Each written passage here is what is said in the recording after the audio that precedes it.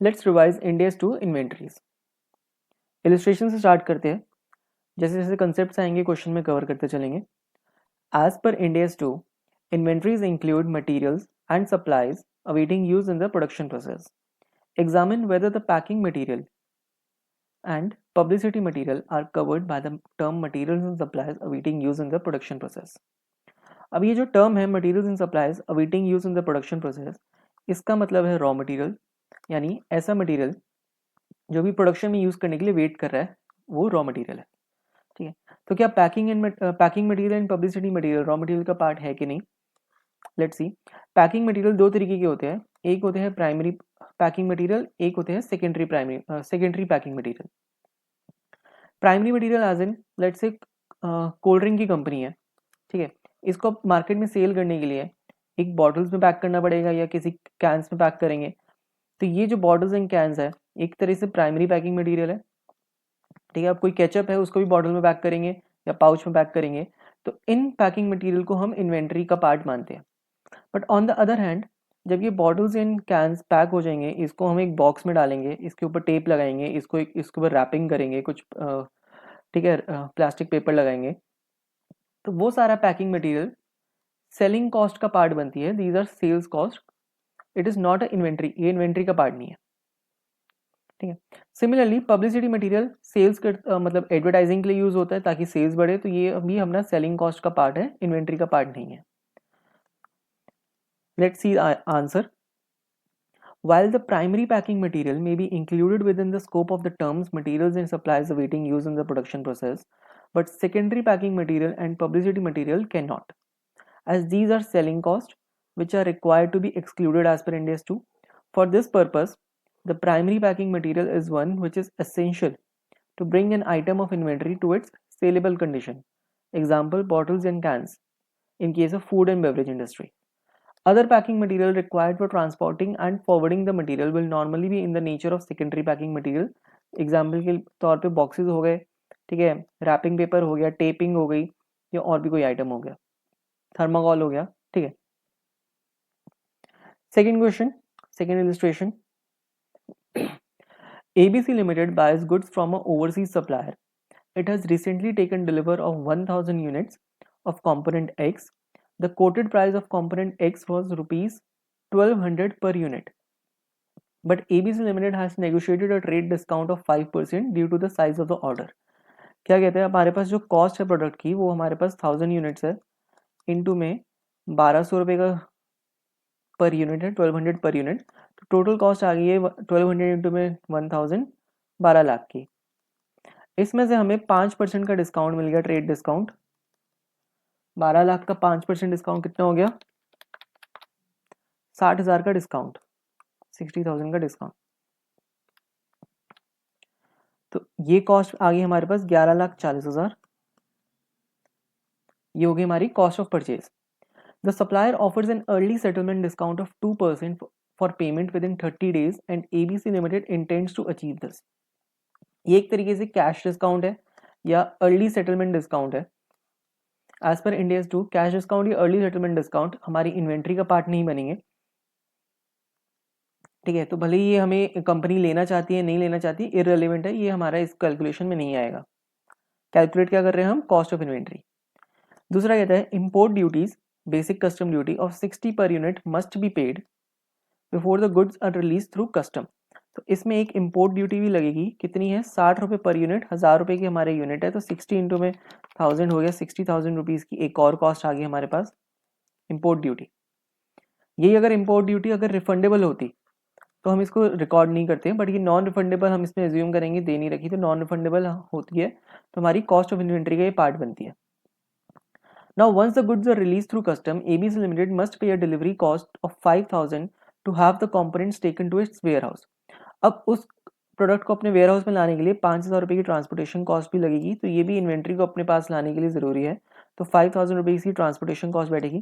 तो total cost आ जाएगी हमारी इन्वेंट्री की 12,05,000, 11,40,000 plus 60, 12 lakh, 12,05,000।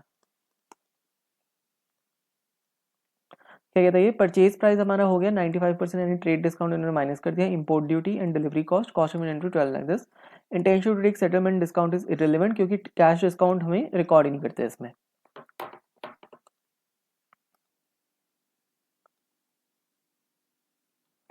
Next illustration illustration number 3. A business plans for production overheads of 10 lakh rupees per annum. The normal level of production is 1 lakh units per annum. तो business को लगता है कि उसकी जो प्रोडक्शन के खर्चे हैं वो 10 लाख रुपए होंगे पूरे साल के, और हम नॉर्मल कैपेसिटी हमारी 1 लाख यूनिट्स हम बना सकते हैं पूरे साल में।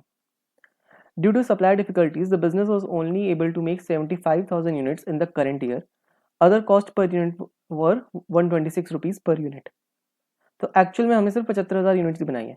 Calculate the per unit cost and amount of overheads to be expense during the year. अब क्या कह रही है, सबसे पहले तो हम देखेंगे हमारे पास प्रोडक्शन टोटल कितने हैं ओवरहेड्स। 10 लाख रुपए के हमारे पास ओवरहेड्स है, ठीक है, जो हमने प्लान करे हैं, और हमारी नॉर्मल लेवल है divide by units is 1 lakh units. ये हम निकाल रहे हैं अपने प्रोडक्शन ओवरहेड्स पर यूनिट।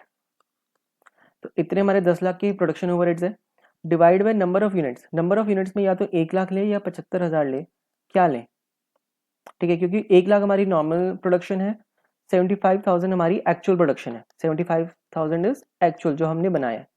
तो एज पर इंडियस 2 हम लेते हैं यहाँ पे विच एवर इज हायर, ठीक है। तो इस केस में हायर कितना है, नॉर्मल है अपना 1 लाख, जो हायर है तो 10 lakh divide by 1 lakh would comes to ₹10 per unit, ठीक है।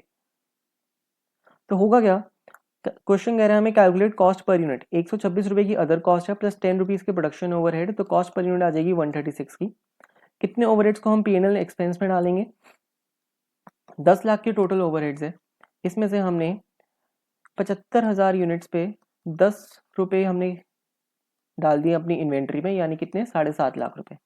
तो बचा कितना 2.5 लाख रुपए, इतना चला जाएगा P&L में,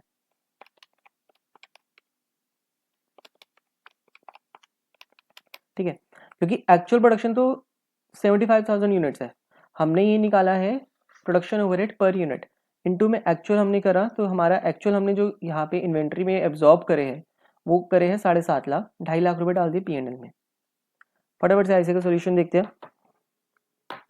अदर कॉस्ट अपनी 126 की है, production overhead 10 lakh divide by 1 lakh units हमने यहाँ पे लिए है, ये कौन सी ली है, नॉर्मल, क्योंकि ये हायर थी, तो ये आ गया 136। Overheads to be expense 10 lakh के टोटल थे, इसमें से एब्जॉर्ब कितने कर लिए इन्वेंट्री में, एक्चुअल प्रोडक्शन इनटू में 10 रुपीज पर यूनिट 7.5 लाख के, तो 2.5 लाख रुपए चले जाएंगे अपने।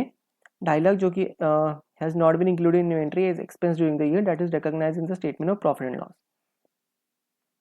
इस क्वेश्चन में हम क्या सीखते हैं, अगर कोई फिक्स्ड ओवरहेड्स है हमारे पास, चाहे वो प्रोडक्शन के नाम पे कुछ भी है, जो भी फिक्स्ड ओवरहेड्स है, उसके लिए सबसे पहले हम निकालते हैं फिक्स्ड ओवरहेड्स पर यूनिट। इसके लिए हम क्या लेते हैं, टोटल फिक्स्ड ओवरहेड्स जितने भी हैं, इस केस में 10 लाख थे, डिवाइडेड बाय नॉर्मल प्रोडक्शन या actual production whichever is higher, ठीक है। तो वो लेके हमारा आ जाएगा फिक्स्ड ओवरहेड्स पर यूनिट, उसको हम अपनी कॉस्ट पर यूनिट में डाल देंगे, और जितने एब्जॉर्ब हो गए एक्चुअल यूनिट्स में उसको हटा के बाकी के हम डाल देंगे P&L में, ठीक है। नेक्स्ट क्वेश्चन देखते हैं। Illustration number 4, ABC Limited manufactures control units for air conditioning system. Each control unit requires the following. एक यूनिट बनाने के लिए क्या क्या लगता है, 1 component of X at a cost of 1205 each, एक component of Y at a cost of 800 each, sundry raw materials at a cost of 150 each. The company incurs following monthly expenses. Factory का rent है और कोई energy cost है, selling and administrative cost है। Each unit takes 2 hours to assemble, यानी जो AC के लिए जो यूनिट बना रहा है कंट्रोल यूनिट, उसको एक यूनिट बनाने के लिए 2 घंटे लगते हैं। जो वर्कर्स हैं उनको 300 रुपये पर घंटे के हिसाब से पेमेंट करी जाती है, ठीक है, 300 per hour. Production overheads are absorbed into units of production using an hourly rate. The normal level of production per month is 1000 hours. Calculate the cost of inventory.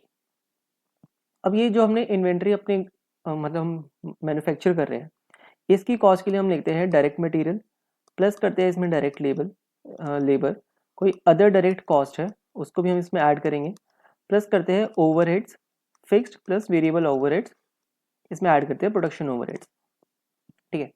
तो लेट्स सी, यहाँ पे हमें डायरेक्ट मटेरियल दे रखा है, क्या क्या material लग रहा है इस कंपोनेंट को बनाते हुए, कंट्रोल यूनिट्स को बनाते हुए। एक कंपोनेंट एक्स लग रहा है, वाई लग रहा है और कुछ रॉ मटेरियल्स लग रहे हैं। तो 1205 का कंपोनेंट एक्स लगेगा, कंपोनेंट वाई लगेगा और रॉ मटेरियल लगेंगे इतने अमाउंट के, टोटल मटेरियल लगेगा 2155 का। ठीक है। दूसरा डायरेक्ट लेबर, लेबर यानी जो प्रोडक्शन वर्कर्स है इनको हम 300 रुपये दे रहे हैं पर घंटे के, बट एक यूनिट बनती है 2 आवर्स में। तो एक यूनिट बनाने के लिए प्रोडक्शन वर्कर्स को कितने देंगे, 300 इंटू में 2 आवर्स, यानी कि 600 रुपीज लगते हैं एक यूनिट बनाने के लिए, 600 रुपीज की लेबर। अदर डायरेक्ट कॉस्ट, इसमें कोई अदर डायरेक्ट कॉस्ट नहीं है तो नील। उसके बाद आ गया ओवरहेड्स। ओवरहेड्स में हमारे पास एक फैक्ट्री रेंट है, energy cost and selling and administrative cost है। सबसे पहली बात, selling and administrative cost as per Ind AS 2 हमारी कॉस्ट ऑफ इन्वेंट्री का पार्ट नहीं बनेगी, क्योंकि सेलिंग करते वक्त का खर्चा और एडमिनिस्ट्रेटिव कॉस्ट है, इन्वेंट्री की कॉस्ट नहीं है ये। ठीक है। फैक्ट्री रेंट और एनर्जी कॉस्ट, ये दो है अपने प्रोडक्शन ओवरहेड, क्योंकि फैक्ट्री में काम हो रहा होगा तो बनेगा एनर्जी, यानी बिजली लगेगी या कुछ और पावर लगेगी इन्वेंट्री को प्रोड्यूस करते हुए। तो प्रोडक्शन ओवरहेड हमारे कितने हैं, 16,500 प्लस 7,500। इसको किस हिसाब से हम बांटेंगे, इसको हम किस हिसाब से यहाँ पे एलोकेट करेंगे, एब्जॉर्ब करेंगे, ये आवर्स के बेसिस पे। और नॉर्मल हमारी लेवल ऑफ प्रोडक्शन है हमारी 1000 आवर्स, तो डिवाइड बाय 1000 करके, एक यूनिट बनाने में 2 आवर्स लगते हैं तो इंटू में 2 कर देंगे, तो एक यूनिट का खर्चा कितना आ गया, 48 रुपीज। करा गया हमने टोटल, हमने ओवरहेड्स लिए डिवाइड बाय नॉर्मल, हमारा प्रोडक्शन कितना है 1000 आवर्स का।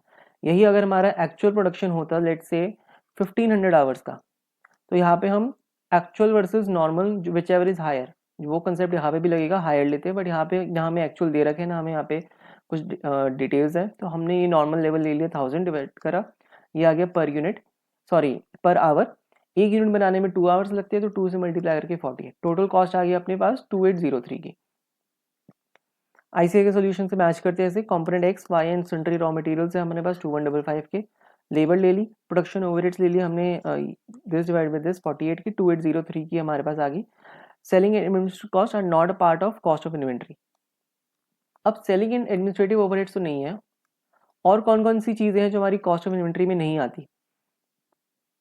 सबसे पहले कोई एबनॉर्मल लॉस हो गया, abnormal cost to be excluded, abnormal amounts of wasted material, labour और अदर प्रोडक्शन कॉस्ट। ये क्वेश्चन का पार्ट नहीं है, क्वेश्चन तो हमारा खत्म हो चुका है, बट किसी क्वेश्चन में कुछ और एंट्री भी हो सकती है, इसलिए एबनॉर्मल लॉसेस हमारे में नहीं आएंगे, चाहे वो मटेरियल के हो, लेबर के हो, इसके हो। स्टोरेज कॉस्ट, इन्वेंट्री को अगर हम स्टोर कर रहे हैं वो हमारी पार्ट नहीं बनेगी यहाँ पे इन्वेंट्री का, unless those cost are necessary in the production process before a further production stage. कहने का मतलब, एक एग्जांपल है, the production of whisky involves distilling of aged whisky in a cask prior to the bottling should be capitalised as ageing is integral to making the finish product saleable. यानी whisky के लिए होता है कि जितनी वो पुरानी हो उतनी बेटर होती है, ऐसे ही राइस होते हैं जितने पुराने हो उतने बेटर होते हैं, तो उसको जान के स्टोर करा जाता है ताकि उसकी एज बढ़े और फिर हम उसको सेल करेंगे। ठीक है, तो उसके लिए स्टोरेज कॉस्ट एक इंटीग्रल पार्ट है हमारी इन्वेंट्री का। बट अगर नॉर्मल हमारा फिनिश प्रोडक्ट बन चुका है फिर भी हम उसे स्टोर कर रहे हैं, कुछ भी स्टोरेज कॉस्ट लग रही है, तो वो पार्ट नहीं बनेगी हमारी इन्वेंट्री का। इसी तरह administrative overheads that do not contribute to bringing inventory to their present location condition and selling cost, तो सेलिंग एंड एडमिनिस्ट्रेटिव ओवरहेड्स भी हमारे पार्ट नहीं बनेंगे इन्वेंट्री का, जो हमने ऊपर क्वेश्चन में देखा था। ये इलस्ट्रेशन खत्म होता है, चलते हैं नेक्स्ट इलस्ट्रेशन नंबर 5 पे।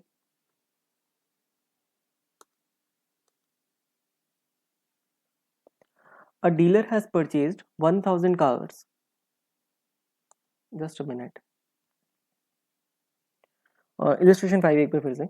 A dealer has purchased 1000 cars at 2,80,000 each on deferred payment basis at 25,000 per month per car to be paid in 12 equal installments. ठीक है, 2,80,000 की एक गाड़ी है, ठीक है, उसके लिए उसने इंस्टॉलमेंट में पेमेंट करेगा 25,000 पर मंथ पर कार के लिए, 12 इक्वल इंस्टॉलमेंट।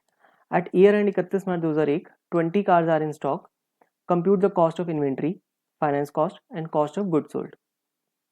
क्या कह रहे हैं देखो, ये कह रहे हैं कि हम जो पेमेंट करेंगे 25,000 रुपये की करेंगे इंटू 12 मंथ्स के लिए, तो ये हमारे पास आ जाएगा 25,000 इंटू में 12, 3 लाख रुपये हम देंगे एक गाड़ी के लिए। ठीक है, बट आज के दिन में उसकी जो कॉस्ट है वो है 2,80,000 की। तो डिफरेंस जो 20,000 का है वो हमारी एक तरह से फाइनेंस कॉस्ट, इंटरेस्ट कॉस्ट है, ये अपनी पर कार के लिए 20,000। तो टोटल हमारे पास कितनी गाड़ी है, 1000 कार्स है, तो फाइनेंस कॉस्ट आ जाएगी 20,000 इंटू में 1000 कार्स। ठीक है, अब 31 मार्च 2001 को कह रहा है कि कॉस्ट ऑफ इन्वेंट्री बताओ और कॉस्ट ऑफ गुड सोल्ड, और 20 कार्स हमारे पास स्टॉक में बची है। अब 20 गाड़ियां हमारे पास बची है, एक गाड़ी की कीमत कितनी है, 2,80,000। 2,80,000 एक गाड़ी की है और 20 कार्स अपने पास बची है, तो ये हमारी इन्वेंट्री की कॉस्ट है 2,80,000 इंटू में 20 कार्स। यही अपने पास जो कॉस्ट ऑफ गुड सोल्ड है, हमारे पास टोटल 1000 कार्स थी ओपनिंग स्टॉक में, हमने सेल कितना कर चुके हैं, हमारे पास क्लोजिंग कितना है 20, तो सेल कितनी कर दी हमने 980, तो कॉस्ट ऑफ गुड सोल्ड किया होगा 980 कार्स इंटू में 2,80,000। और कुछ नहीं है इस क्वेश्चन में। ठीक है, इन्हें फटाफट आंसर देखते हैं इसका आइएगा। क्या कहते हैं ये, डेफर्ड पेमेंट जो है वो 25,000 पर मंथ इंटू में 12 मंथ्स के हिसाब से 3 लाख रुपए की है। कैश प्राइस अपना आज के दिन में 280 का है, तो इंटरेस्ट एक्सपेंस आ गया 20,000 का। यही अगर जब हम कॉस्ट ऑफ इन्वेंट्री निकाले, इन्वेंट्री हमारे पास 20 कार्स बची है, तो 20 कार्स इंटू में 2,80,000 जो कैश कॉस्ट ऑफ इन्वेंट्री है। फाइनेंस कॉस्ट अपनी 1000 कार्स है, 20,000 पर कार का फाइनेंस कॉस्ट है, ये अमाउंट आ जाएगी। कॉस्ट ऑफ गुड सोल्ड 980 गाड़ी हम बेच चुके हैं, क्योंकि 1000 में से सिर्फ 20 बच रही है अपने पास, और 280 की कॉस्ट है, ये हमारे पास वैल्यू आ जाएगी। इस क्वेश्चन में बस एक चीज सीखने लायक है। ठीक है, जो हमने ये कॉस्ट ली है 2,80,000 की, यहाँ पे 2,80,000 की जो कॉस्ट ऑफ गुड सोल्ड है, कॉस्ट ऑफ इन्वेंट्री है। अब एक चीज, इसमें दो कॉस्ट है हमारे पास, एक 2,80,000 की है, एक हम 3 लाख रुपए पे कर रहे हैं उसी इन्वेंट्री के लिए। तो एज पर इंड AS 2 अगर कोई डेफर्ड पेमेंट में हम लेते हैं, तो जो भी इंटरेस्ट एक्सपेंस है वो इन्वेंट्री का पार्ट नहीं बनेगा। 3 लाख में से 20,000 तो इंटरेस्ट एक्सपेंस है, तो इंटरेस्ट एक्सपेंस P&L में जाएगा, ये इन्वेंट्री का पार्ट नहीं बनेगा। कॉस्ट अपनी इन्वेंट्री की 2,80,000 जो अपना आज के दिन का प्राइस है वही रहेगा। नो मैटर हम उसको लोन पे लेके उस पर जितनी मर्जी EMI भरते रहे, 2,80,000 की चीज़ हम चाहे 5 लाख में खरीदे, 3 लाख में खरीदे, कोई फर्क नहीं पड़ता। इन्वेंट्री की कॉस्ट कितनी रहेगी, 2,80,000। ठीक है, तो डेफर्ड पेमेंट हमारा इन्वेंट्री की कॉस्ट का पार्ट नहीं बनेगा। इसके साथ इलिस्ट्रेशन 5 खत्म होता है। नेक्स्ट देखते हैं illustration number 6। Venus Trading Company purchases cars from several countries and sells them to Asian countries. During the current year, this company has incurred following expenses. यहाँ हमें अलग अलग लिस्ट दे रखी है 1 से लेकर 10 तक की, ये खर्चे कंपनी ने करे है। क्वेश्चन क्या कहता है, evaluate which costs are allowed as per Ind AS 2 for inclusion in the cost of inventory in the books of Venus, कि इनमें से कौन कौन सी कॉस्ट हमारी Ind AS 2 का पार्ट बनेगी। अब ये क्वेश्चन इंपॉर्टेंट है, क्योंकि इसमें क्या क्या चीज़ हमारी कॉस्ट ऑफ परचेज में आएगी नहीं आएगी वो बताया गया। ठीक है, सबसे पहले क्या कहते हैं, ट्रेड डिस्काउंट ऑन परचेज। अगर परचेज पे कोई ट्रेड डिस्काउंट हमें मिलता है, तो इसको हम माइनस करते हैं अपने कॉस्ट ऑफ परचेज से, तो ये अलाउड है। ठीक है, यही अगर कोई कैश डिस्काउंट होता या कोई अर्ली सेटलमेंट डिस्काउंट होता, वो अलाउड नहीं है। तो trade discount is absolutely allowed. Second कहता है handling cost relating to imports.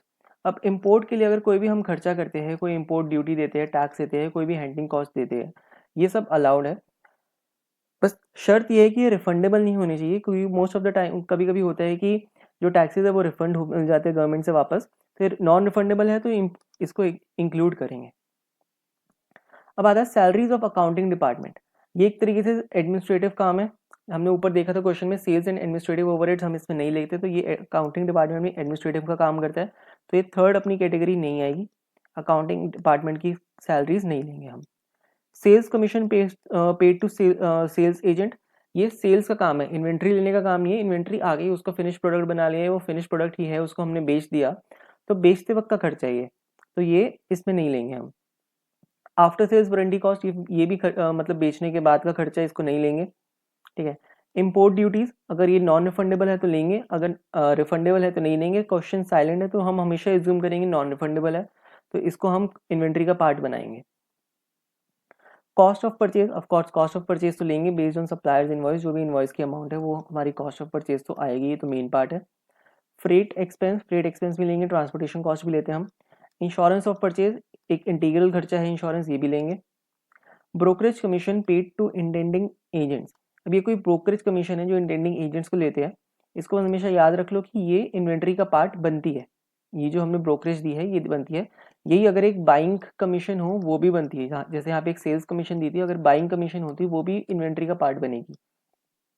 ठीक है, तो इस क्वेश्चन में 10 आइटम्स में से क्या क्या नहीं बना, सिर्फ ये 3, 4 और 5 ये नहीं बना, जिसमें क्या है सैलरीज अकाउंटिंग की, सेल्स कमीशन और सेल्स वारंटी है, बाकी सारे बनेंगे। क्या कहता है आइटम नंबर 1, 2 इसमें 3, 4, 5 नहीं बनेगी, 6, 7, 8, 9, 10 are allowed for the calculation of cost inventory. Salaries of account department, sales commission and after sale warranty are not considered to be the cost of inventory, therefore they are not allowed as per Ind AS for inclusion in the cost and expense of in the profit and loss account में डाल देंगे। इसके साथ हमारा question number 6 खत्म होता है। Illustration 7, as per Ind AS 2, selling costs are excluded from the cost of inventories and are required to be recognized as an expense in the period in which these are incurred। ठीक है, ये तो हमें पता है। अब advise whether the distribution cost would now be included in the cost of inventories as per Ind AS 2। वो कह रहे हैं डिस्ट्रीब्यूशन कॉस्ट इसको लेंगे कि नहीं। अब डिस्ट्रीब्यूशन कॉस्ट क्या होती है, सेलिंग एंड डिस्ट्रीब्यूशन कॉस्ट एक साथ चलते हैं, ठीक है। सेलिंग सेल्स करते वक्त खर्चा है, डिस्ट्रीब्यूशन कॉस्ट होती है कि उस प्रोडक्ट को कस्टमर तक पहुंचाना है, या किसी मतलब कोई एजेंट है या ब्रोकर है उसको आगे अपने होलसेलर रिटेलर को दे रहा है, डिस्ट्रीब्यूट कर रहा है, तो वो सारा खर्चा ये भी अपना सेलिंग से रिलेटेड है, तो ये P&L में ही जाएगा। सेलिंग एंड डिस्ट्रीब्यूशन कॉस्ट एक ही मतलब थाली के चट्टे बट्टे है, ठीक है। तो दीज आर सेम कॉस्ट।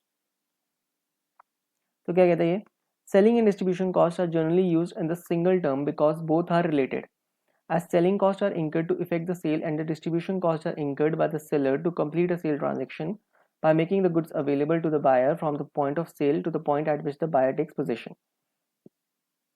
ठीक है, एक ये पैरा पढ़ना ये इंपॉर्टेंट है, इससे हमें पता चलेगा कि कौन कौन सी कॉस्ट हम इन्वेंट्री में ऐड करते हैं। Since these costs are not related to bringing the goods to their present location and condition, the same are not included in the cost of inventories। यानी कोई भी ऐसी cost which is related to bringing the goods to their present condition, present location and condition are included in the cost of inventories। कोई भी ऐसा खर्चा जो जरूरी है, ये जो रिलेटेड है in bringing the goods to the present condition and location, वो हम ऐड कर देंगे कॉस्ट ऑफ इन्वेंट्री में। इसके अलावा कोई भी खर्चा हम इन्वेंट्री में ऐड नहीं करेंगे। ठीक है, क्वेश्चन 7 इसके साथ खत्म होता है। बस एक कंसेप्ट था ये छोटा सा, और कुछ है नहीं इस क्वेश्चन नंबर 7 में।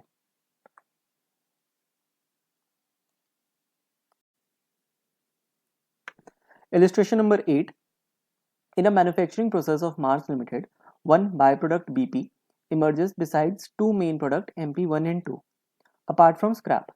Details of the cost of production process are here as under। Manufacturing में एक हमारे पास एक बाय प्रोडक्ट बन रहा है बीपी, और दो मेन प्रोडक्ट्स हैं अपने MP1 एंड MP2, और एक थोड़ा सा स्क्रैप भी बन रहा है। डिटेल्स हमें क्या दे रखी है, हमें रॉ मटेरियल्स के दे रखी है, अमाउंट इसकी और रॉ मटेरियल्स की क्वांटिटी, वेजेस दे रखी है यानी direct labour, fixed overheads and variable overheads की अमाउंट्स दे रखी है। आउटपुट में क्या बनता है, हमारे पास MP1 बनता है 5000 यूनिट्स, MP2 बनता है 4000 यूनिट्स, एंड BP बनता है जो अपना बाय प्रोडक्ट है 2000 यूनिट्स। ये हमारी टोटल यूनिट्स प्रोड्यूस्ड हुई है। क्लोजिंग स्टॉक MP1 का 250 रह गया और MP2 का 100। आगे बताया कि average market price of MP1 and MP2 है 60 per unit and 50 per unit. MP1 60 रुपये पर यूनिट का बिकता है मार्केट में, और MP2 बिकता है 50 का। ये हमारे पास मार्केट प्राइस आ गए इनके। By product is sold at 20 per unit, ये 20 रुपये का बिक जाएगा। There is a profit of 5000 on sale of by product after incurring separate processing charges of 8000 and packing charges of 2000। By product पे कुछ खर्चा हुआ है हमारा प्रोसेसिंग एंड पैकिंग का, और प्रॉफिट हमारा हुआ है इसको बेच के 5000 का। 5000 रुपये हमने एक और कमाए हैं from the sale of scrap. Scrap भी हमने बेचा है 5000 का। क्वेश्चन कहता है calculate the value of closing stock of MP1 and MP2 as on 31 मार्च 2001। यानी कि MP1 एंड 2 की जो क्लोजिंग स्टॉक है, जो MP1 का 250 की यूनिट्स है और इसकी 100 की यूनिट्स है, इसकी वैल्यू क्या होगी 31 मार्च 2001 को, ये निकालनी है। ठीक है, अब इसको निकालने के लिए सबसे पहले हम निकालेंगे NRV ऑफ बाय प्रोडक्ट। जो हमारा बाय प्रोडक्ट बना है उसकी नेट रिलाइजेबल वैल्यू कितनी है। तो 2000 का बाय प्रोडक्ट है, 2000 क्वांटिटी बनी है बाय प्रोडक्ट की, 20 रुपये का एक बिकता है, तो 2000 इंटू में 20, 40,000 रुपीज़ की तो इसकी सेल्स प्राइस आ गया। इसमें हमने 8000 और 2000 का खर्चा भी करा है, तो सेलिंग प्राइस आ गई 2000 इंटू 20, 40,000 की सेलिंग प्राइस है। पैकेजिंग जो हमने खर्चे करे हैं वो इस पर माइनस कर दिया, तो नेट रिलाइजेबल वैल्यू आ जाएगी इसकी 30,000। अब बाय प्रोडक्ट पे जो हमने प्रॉफिट कमाया है 5000 का, ये किसी काम का नहीं है, क्योंकि हमें चाहिए होती है नेट रिलाइजेबल वैल्यू। इसमें हमने कितना प्रॉफिट करा कितना लॉस करा कोई लेना देना नहीं, कितने में हम उसे बेच सकते हैं खर्चे करने के बाद, वो हमें वैल्यू चाहिए। ठीक है, अब करेंगे क्या, अब एनआरवी निकाल दी, अब हम निकालेंगे कि टोटल हमारे पास कितने खर्चा हुआ है पूरे प्रोसेस में, पूरे प्रोडक्शन प्रोसेस में कितना एक्सपेंस हमने करा है। तो रॉ मटेरियल्स, डायरेक्ट मटेरियल लगे, डायरेक्ट लेबर लगे हैं, ये ओवरहेड्स लगे अपने फिक्स्ड एंड वेरिएबल, तो इन सब का टोटल आ जाएगा 3,55,000 का हमने कर दिया है टोटल कॉस्ट। इन सबको अगर सम करेंगे 1,90,000, 65,000, 50,000, तो 3,55,000 का हमने पूरा खर्चा कर दिया है। तो टोटल कॉस्ट आ गई 3,55,000 की। इसमें से अब जो हमने खर्चा करा है, हम बाय प्रोडक्ट बेच के 30,000 रुपीज़ कमा सकते हैं। बाय प्रोडक्ट की एनआरवी हमने निकाली है 30,000, तो 30,000 रुपीज़ हम इसमें से माइनस कर देंगे, क्योंकि हमें क्या करना है, हमें MP1 और MP2 की कॉस्ट निकालनी है। तो टोटल कॉस्ट जो सबकी है इसमें, MP1, 2, बाय प्रोडक्ट और स्क्रैप सबकी कॉस्ट है, तो टोटल कॉस्ट में से एनआरवी हम निकाल देंगे बाय प्रोडक्ट की, और स्क्रैप भी हम माइनस कर देंगे, कितना, 5,000 का।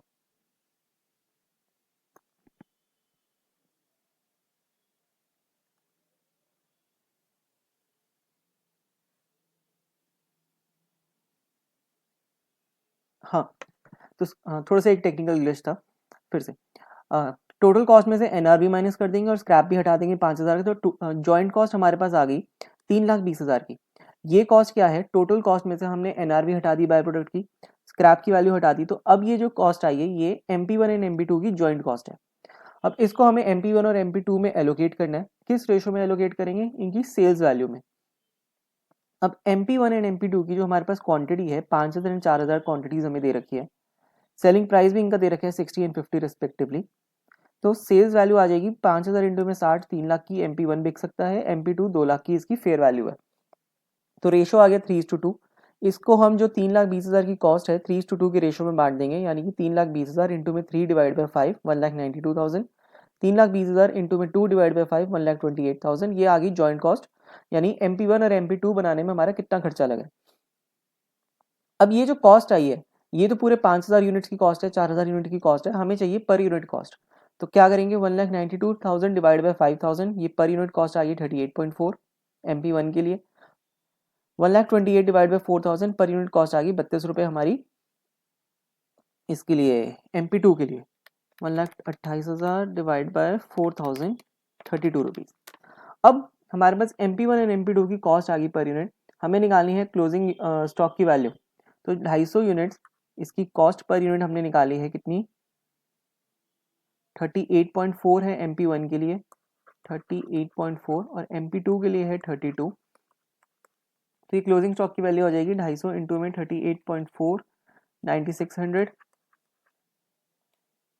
सेकेंड 100 इंटू में 32, 3200। ये आ गई हमारी क्लोजिंग स्टॉक की वैल्यू।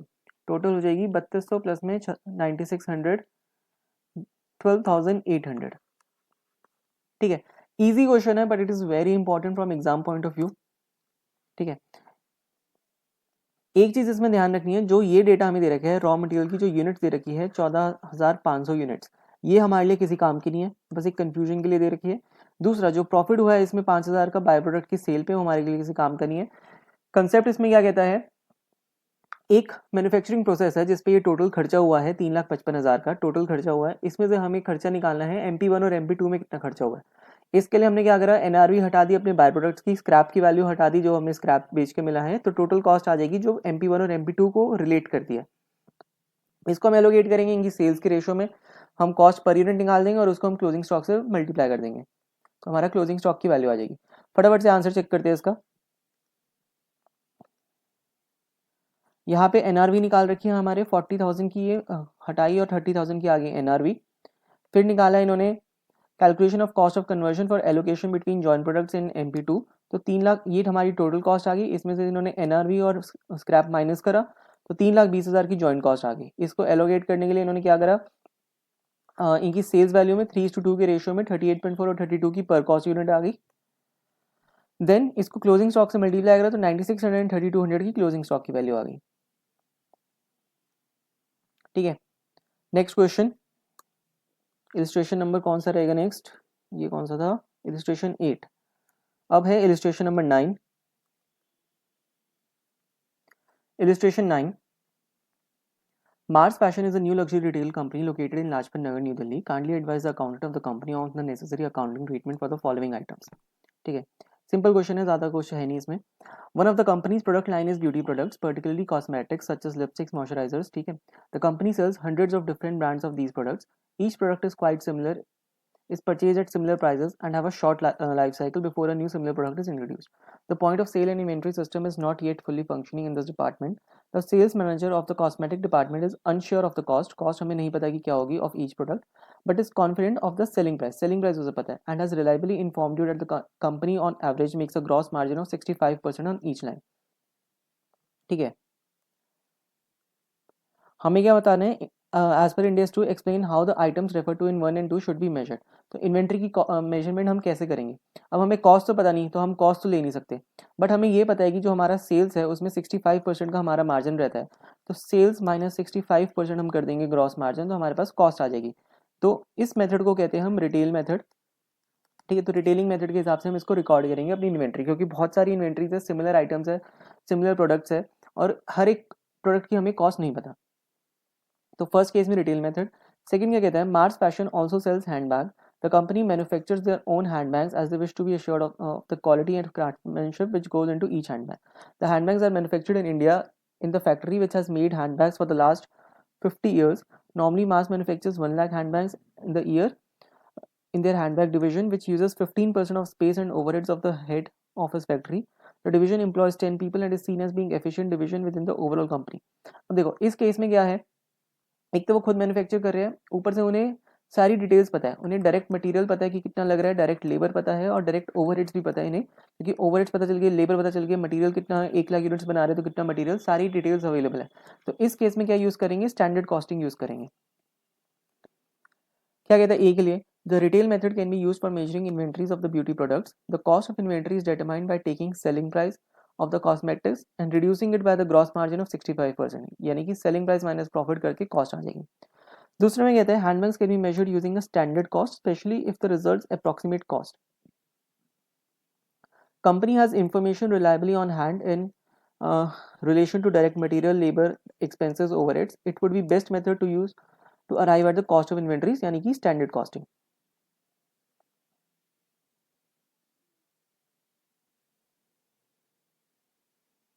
Illustration 9 खत्म होता है।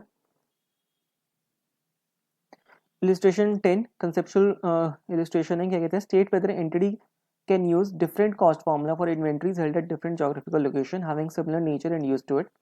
कहना चाह रहा है कि अगर जो हमारी इन्वेंट्रीज है उसके लिए हम डिफरेंट कॉस्ट फार्मूला क्या होता है, या तो LIFO basis, FIFO basis, weighted average cost, किस कॉस्ट में हम करेंगे। तो इन्वेंट्रीज का nature similar and similar nature and use है, तो as per Ind AS to same होना चाहिए हमारा cost formula, same similar nature and use वाली इन्वेंट्रीज के लिए, नो मैटर वो किसी भी जोग्राफिकल लोकेशंस में हो तो डिफरेंट नहीं यूज कर सकती। क्या कहता है, India's 2 prescribes that the cost of inventories other than the items of inventories which are not ordinarily interchangeable shall be assigned by using first in first out FIFO or weighted average cost formula. Entity shall use the same cost formula for all inventories having similar nature and use to it. In this case, since the inventories held at different geographical locations are of similar nature and used to entity, different cost formula cannot be used for the inventory for valuation purpose.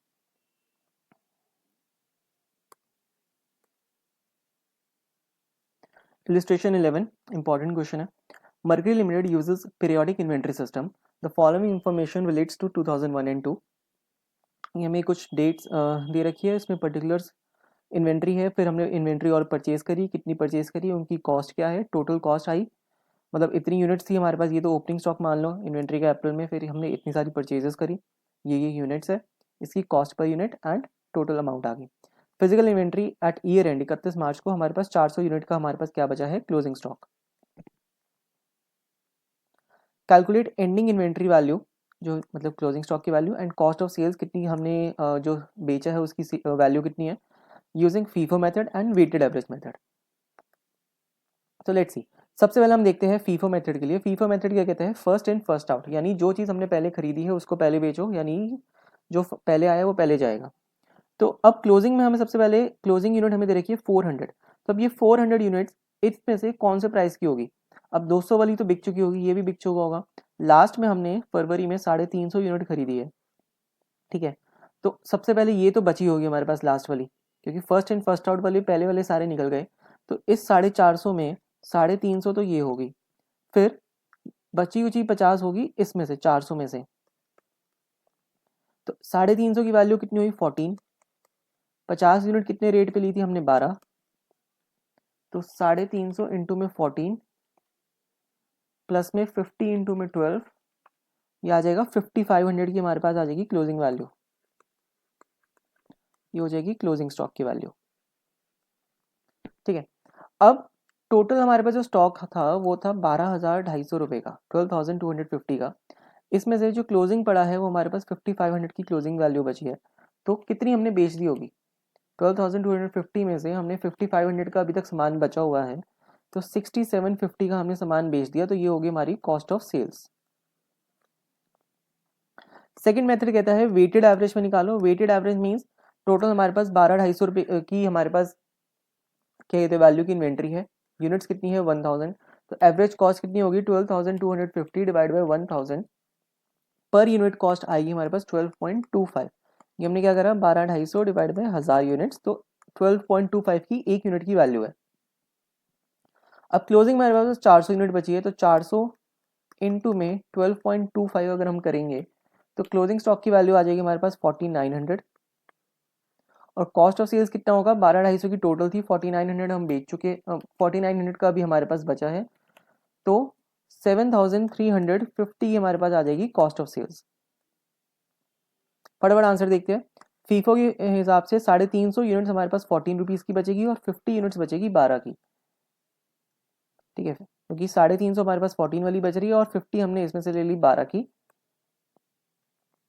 तो ये हमारे पास total FIFO के हिसाब से closing inventory आ गई 5500 की और cost of sales आ गई 6750, 5500 की क्लोजिंग एंड 6750। यहाँ पे हमने कॉस्ट पर यूनिट निकाल दी पर आइटम की, वेटेड एवरेज हमने 400 इंटू 12.25 कर दिया, रिमेनिंग हमने यहाँ पे निकाल दिया क्लोजिंग स्टॉक की value.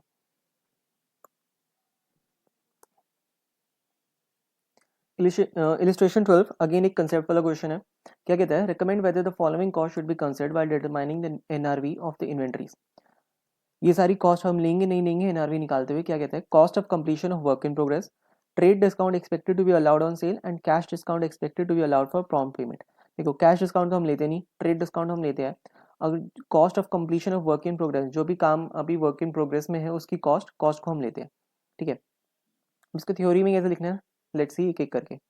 Indias 2 defines net realizable value NRV as the estimated selling price in the ordinary course of business less estimated cost of completion and estimated cost necessary to make the sale। ठीक है, तो selling price NRV क्या हुआ अपना, selling price less estimated cost of completion and estimated cost necessary to make sale. Cost of completion of work in progress are incurred to convert the work in progress into finished goods. Since these costs are in the nature of completion cost in accordance with the above definition, the same should be deducted from the estimated selling price to determine NRV of work in progress। ठीक है, अब trade discount के बारे में कहता है, it is a reduction granted by supplier from the list price of goods और services on business considerations other than for prompt payment. यानी ये पेमेंट के लिए नहीं दे रहा, ये हमें दे रहा है लिस्ट प्राइस से कुछ डिस्काउंट दे रहा है ट्रेड डिस्काउंट का। तो trade discount is allowed either expressly through an agreement or through prevalent commercial practice in the terms of the trade, and the same is adjusted in arriving at selling price. Accordingly, trade discount expected to be allowed should be deducted in determining estimated selling price। अभी तक क्या देखा हमने, working progress की cost को deduct करेंगे, trade discount को करेंगे। अब कैश डिस्काउंट, अब कैश डिस्काउंट हमें जब मिलता है वो मिलता है हमें पेमेंट के लिए, सेल टर्म्स फाइनल हो गई। अब जो सप्लायर है वो कह रहा है कि हमें पेमेंट मुझे आज ही दे दे या जो 30 डेज का क्रेडिट पीरियड है उससे पहले दे दे, तो मैं तुझे कैश डिस्काउंट दे दूंगा। तो ये सेल करने के लिए ज़रूरी नहीं है, बट ये पेमेंट निकालने के लिए ज़रूरी है, वसूली कर रहे हैं इससे। तो cash discount is reduction granted by supplier from the invoiced price. Invoice price fix हो गया बट वो कह रहा है कि मैं तुझे डिस्काउंट दे दूंगा in consideration of immediate payment और payment within a stipulated period. These types of cost are incurred to recover the sale proceeds, यानी रिकवरी कर रहे हैं हम इससे, वसूली कर रहे हैं इमीडिएटली ऑन और before the end of specified period और credit period allowed to the customer. In other words these cost are not incurred to make the sale. ये सेल करने के लिए जरूरी नहीं है, therefore the same should not be considered while determining NRV. कहने का मतलब जो सेल प्राइस है वो तो हम कंफर्म कर चुके हैं, लेट्स से 1 लाख रुपए का सेल प्राइस है तो ये तो है। बाकी अब सप्लायर कह रहा है कि मुझे अभी के अभी पेमेंट कर देगा तो मैं 95,000 दे दे भाई, क्योंकि सप्लायर को क्या है कि 30 दिन बाद पेमेंट मिलेगी या 60 दिन बाद मिलेगी, जो भी हमारा क्रेडिट पीरियड है, तो उसको आज ही मिल जाएगी, इसलिए वो 5,000 छोड़ने के लिए तैयार है, तो ये डिस्काउंट हम नहीं कंसिडर करते। Next illustration 13. ABC Limited manufactures and sells paper envelopes. The stock of envelope was included in the closing inventory on 31st of March 2001 at a cost of 50 rupees per pack. During the final audit, the auditors noted that the subsequent sale price of the inventory at 15th of April was rupees 40 per pack. तो हमें cost दे रखी है 50 की और NRV यानी कि net saleable value दे रखी है एक तरीके से 40 की. Furthermore, inquiry reveals that during the physical stock take, a water leakage has created damage to the paper and glue. Accordingly, in the following week, ABC Limited has spent 15 per pack for repairing and reapplying glue to the envelope. तो जो 40 rupees की NRV है, इसको अब envelope को हमें बेचने के लिए हम NRV निकालने के लिए करते हैं सेल प्राइस माइनस में कॉस्ट करते हैं वर्किंग प्रोग्रेस की या cost required to sell the product. तो 15 रुपये की हमें और कॉस्ट इसमें से माइनस करनी पड़ेगी, क्योंकि कुछ डैमेजेस हो गए और उसके कॉस्ट अप्लाई करे बिना हम उसको बेच नहीं सकते. तो 40 माइनस 15 कितना 25 रुपए की हमारी आ जाएगी NRV. तो क्वेश्चन क्या कहते हैं, कैलकुलेट NRV जो हमने निकाल दी 25 and inventory write down loss amount. Inventory का लॉस कितना हुआ, कॉस्ट तो हमारे पास इन्वेंट्री की 50 है, बट हम उसमें से सिर्फ 25 रुपए ले सकते हैं, तो 25 रुपए का हमारे पास लॉस आ गया इन्वेंट्री का. क्या कहता है solution, the NRV is expected sale price less cost incurred to bring the goods to its saleable condition. तो 40 रुपए की तो एक्सपेक्टेड सेल प्राइस है, बट उसको सेलेबल कंडीशन बनाने के लिए 15 रुपए का हमें और खर्चा करना पड़ेगा. तो एनवलप की NRV आ गई 40 माइनस 15 25 की. लॉस कितना हुआ, 50 की कॉस्ट थी 25, तो 25 पर पैक का लॉस आ गया हमारे पास.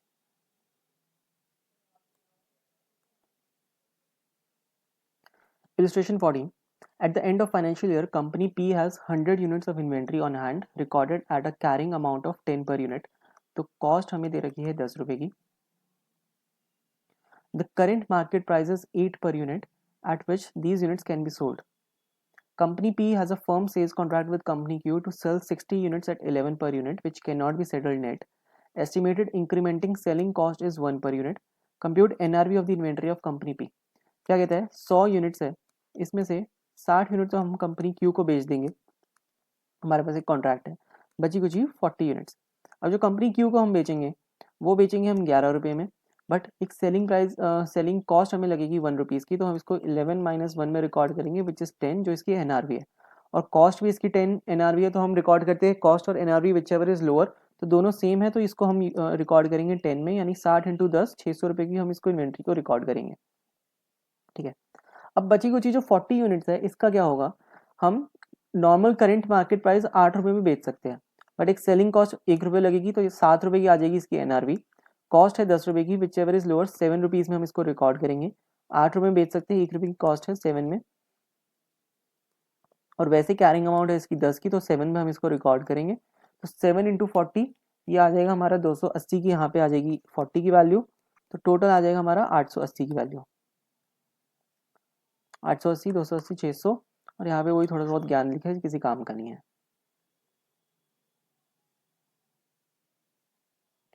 इलस्ट्रेशन 14 तक खत्म होते हैं हमारे क्वेश्चंस. इलस्ट्रेशन 15 ये कहता है, a business has 4 items in inventory. Account of the inventory has established that the amounts of inventory currently held at cost are as follows. Inventory ये 4 तरीके की इन्वेंट्रीज है, 1 2 3 4, A1 A2 B1 C1. इसकी हमें cost दे रखी है, estimated selling price दे रखे हैं और सेलिंग कॉस्ट दे रखी है. तो sales price minus selling cost, अगर हम इसमें से इसको माइनस कर देंगे तो आ जाएगा NRV. अगर 7800 माइनस 573 ऐसे हमने निकाल दिया, sales minus selling cost NRV. अब क्वेश्चन ये कहता है, calculate the value of closing inventory in the financial statements of the business. Closing inventory की वैल्यू क्या रहेगी. अब हम इन्वेंट्री को रिकॉर्ड करते हैं लोअर ऑफ कॉस्ट या NRV. तो इस केस में इन्वेंट्री A1 में कॉस्ट है 8000, NRV हमारे पास 7300, तो कितने में रिकॉर्ड करेंगे, ऑफ कोर्स लोअर पे, 7300 लोअर है. 14000 की कॉस्ट है, 17800 की NRV है, तो 14000 पे करेंगे इसे. 16000 की कॉस्ट, 16800 की NRV, तो 16000 पे करेंगे लोअर पे. 6000 की कॉस्ट है, 7350 की क्या कहते हैं NRV है, तो इसको किस पे करेंगे, कॉस्ट पे करेंगे 6000 पे.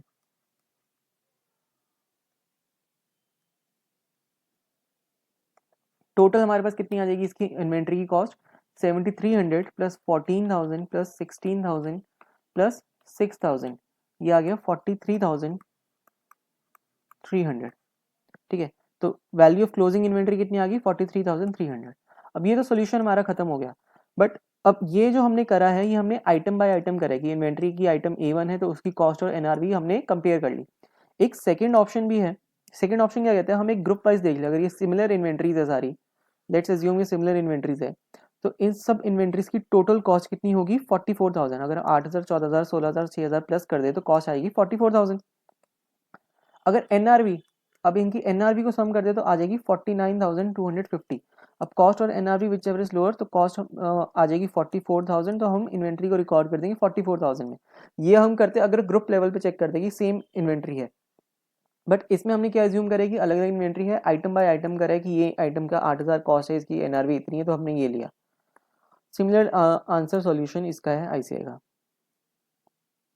विद दिस इलिस्ट्रेशन 15 खत्म होता है। Illustration number 16, it is an important question. क्या कहता है, हमें ओपनिंग इन्वेंट्री दी हुई है फिनिश गुड्स की, रॉ मटेरियल्स की। ठीक है, फिनिश गुड्स हमें दे रखी है 1000 kgs की ओपनिंग है, रॉ मटेरियल्स 1100 kgs का ओपनिंग है, और ये इनकी अमाउंट है। परचेजेस हमने करे हैं ड्यूरिंग द ईयर 10,000 kgs हमने लिए हैं 1 लाख रुपीज़ की। परचेजेस जो हमने करे हैं वो रॉ मटेरियल्स ही परचेज करे होंगे, क्योंकि रॉ मटेरियल्स होंगे उसके बाद हम उसको उसमें प्रोडक्शन करके फिर फिनिश गुड्स प्रोड्यूस करेंगे। तो परचेज करे हमने रॉ मटेरियल्स। लेबर्स का खर्चा आया है इसमें 76,500 का। फिक्स्ड ओवरहेड दे रखी है 75,000 के। इसके बाद सेल्स हमने करी है 10,000 kgs 2,80,000 में। क्लोजिंग इन्वेंट्री हमें दे दी रॉ मटेरियल्स की 900 किलो का सामान अभी पड़ा हुआ है। फिनिश गुड्स हमारे पास 1200 kgs अभी भी पड़े हुए हैं क्लोजिंग में। The expected production for the year was 15,000 kgs of the finish goods. Due to fall in the market demand, the sales price for the finished goods was 20 per kg and the replacement cost for the raw material was 9.5 per kg on the closing day. Calculate the closing inventory as on that date. ठीक है, अब question की requirement क्या है, ये जो closing inventory हमारे पास raw material and finish goods 900 kgs के रॉ मटेरियल 1200 के फिनिश गुड्स, इसकी अमाउंट बतानी है कि कितनी की आएगी। ठीक है, देखो सबसे पहले हम निकालेंगे कॉस्ट ऑफ प्रोडक्शन कितनी है। ठीक है, उस कॉस्ट ऑफ प्रोडक्शन को हम डिवाइड कर देंगे अपनी total number of units produced. ठीक है, टोटल यूनिट्स प्रोड्यूस्ड, उससे हमारे पास है कॉस्ट पर यूनिट। उस कॉस्ट पर यूनिट जो आएगा वो होगा फिनिश गुड्स का कॉस्ट। ठीक है, तो फिनिश गुड्स से हम उसको मल्टीप्लाई करेंगे। रॉ मटेरियल्स का भी हम निकालेंगे, वो देखते हैं कैसे। क्वेश्चन स्टार्ट करते हैं। सबसे पहले हमें दे रखे हैं इसमें डायरेक्ट मटेरियल लगे, डायरेक्ट लेबर लगे और ओवरहेड्स। तो डायरेक्ट मटेरियल कितने लगे हैं, 10,000 क्वांटिटीज हमने परचेज करी है, बट क्या इतनी कंज्यूम करी है। हम सबसे पहले निकालेंगे कि रॉ मटेरियल हमने कंज्यूम कितना करा। अब रॉ मटेरियल कंज्यूम करने के लिए हम यहाँ पे एक कैलकुलेशन वर्किंग करेंगे कि opening stock plus purchases minus closing stock, हमें मिलेगा कि रॉ मटेरियल कितना कंज्यूम करा है। ओपनिंग मतलब हमारे पास इतना पड़ा था सामान, इतना हमने परचेज कर लिया, और माइनस क्लोजिंग स्टॉक जितना हमारे पास बचा है, ये सब करके कैलकुलेट करेंगे तो रॉ मटेरियल कितना कंज्यूम हुआ है वो आ जाएगा। तो ओपनिंग स्टॉक रॉ मटेरियल का हमें दे रखा है 1100 किलो का है, परचेज हमने करा है पूरे साल में 10,000 का, और क्लोजिंग में रॉ मटेरियल हमारे पास 900 kgs बचा है। ठीक है, कैलकुलेशन करके हमें पता चला 10,200 हमने रॉ मटेरियल कंज्यूम कर लिया। तो जो मटेरियल हमने कंज्यूम करा है वो है 10,200 kgs। पर यूनिट कॉस्ट कैसे निकाली है, 10 रुपये। 10,000 यूनिट्स हमने परचेज करी है 1 लाख रुपए में, यानी 1 लाख डिवाइड बाई 10,000 आ जाएगा हमारे पास ₹10 पर यूनिट। दूसरा, रॉ मटेरियल हमारे पास बुक्स में 11,000 रुपये का है, उसको हमने 1,100 रुपये हमने रिकॉर्ड करा हुआ है। ठीक है, 11,000 रुपये का है और 1,100 किलो है, तो ये भी 1,100 डिवाइड में 1,100 आ जाएगा 10 रुपीज़ का रॉ मटेरियल। ठीक है, तो डायरेक्ट मटेरियल हमने निकाल लिया 10,200 यूनिट्स हमने कंज्यूम करी है ड्यूरिंग द ईयर, 10 रुपये की है, तो 1,02,000 रुपये के हमने रॉ मटेरियल कंज्यूम कर लिया। तो डायरेक्ट मटेरियल जो हमने प्रोडक्शन में लगाया है वो है इतना 1,02,000 का।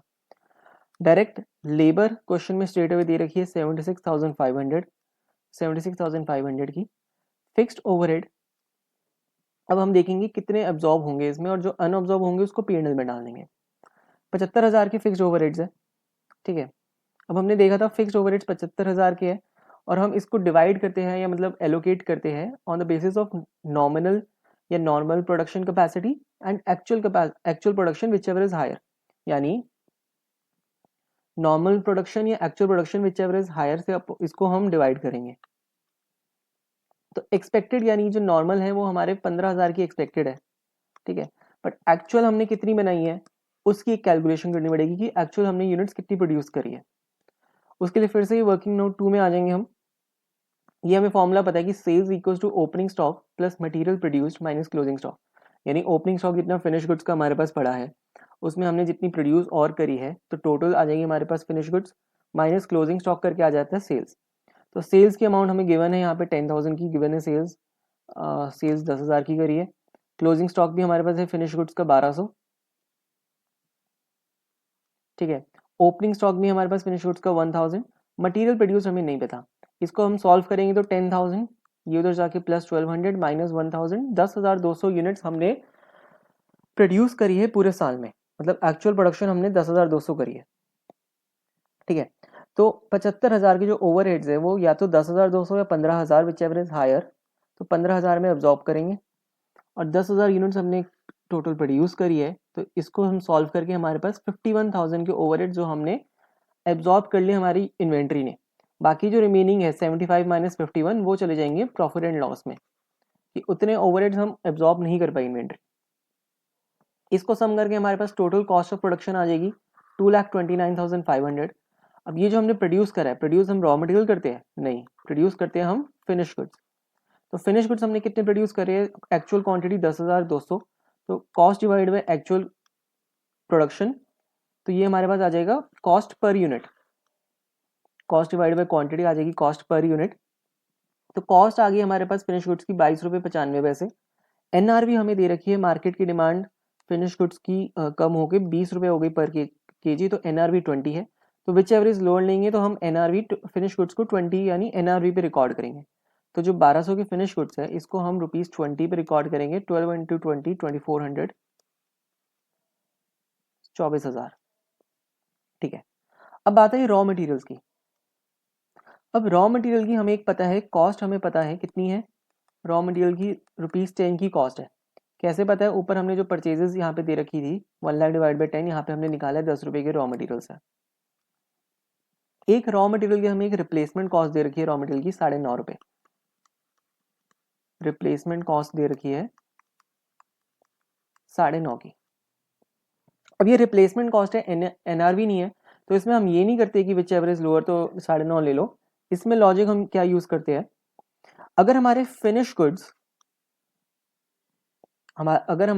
गुड्स कॉस्ट से कम में रिकॉर्ड हो रहे हैं, अगर finish goods is recorded at less than cost,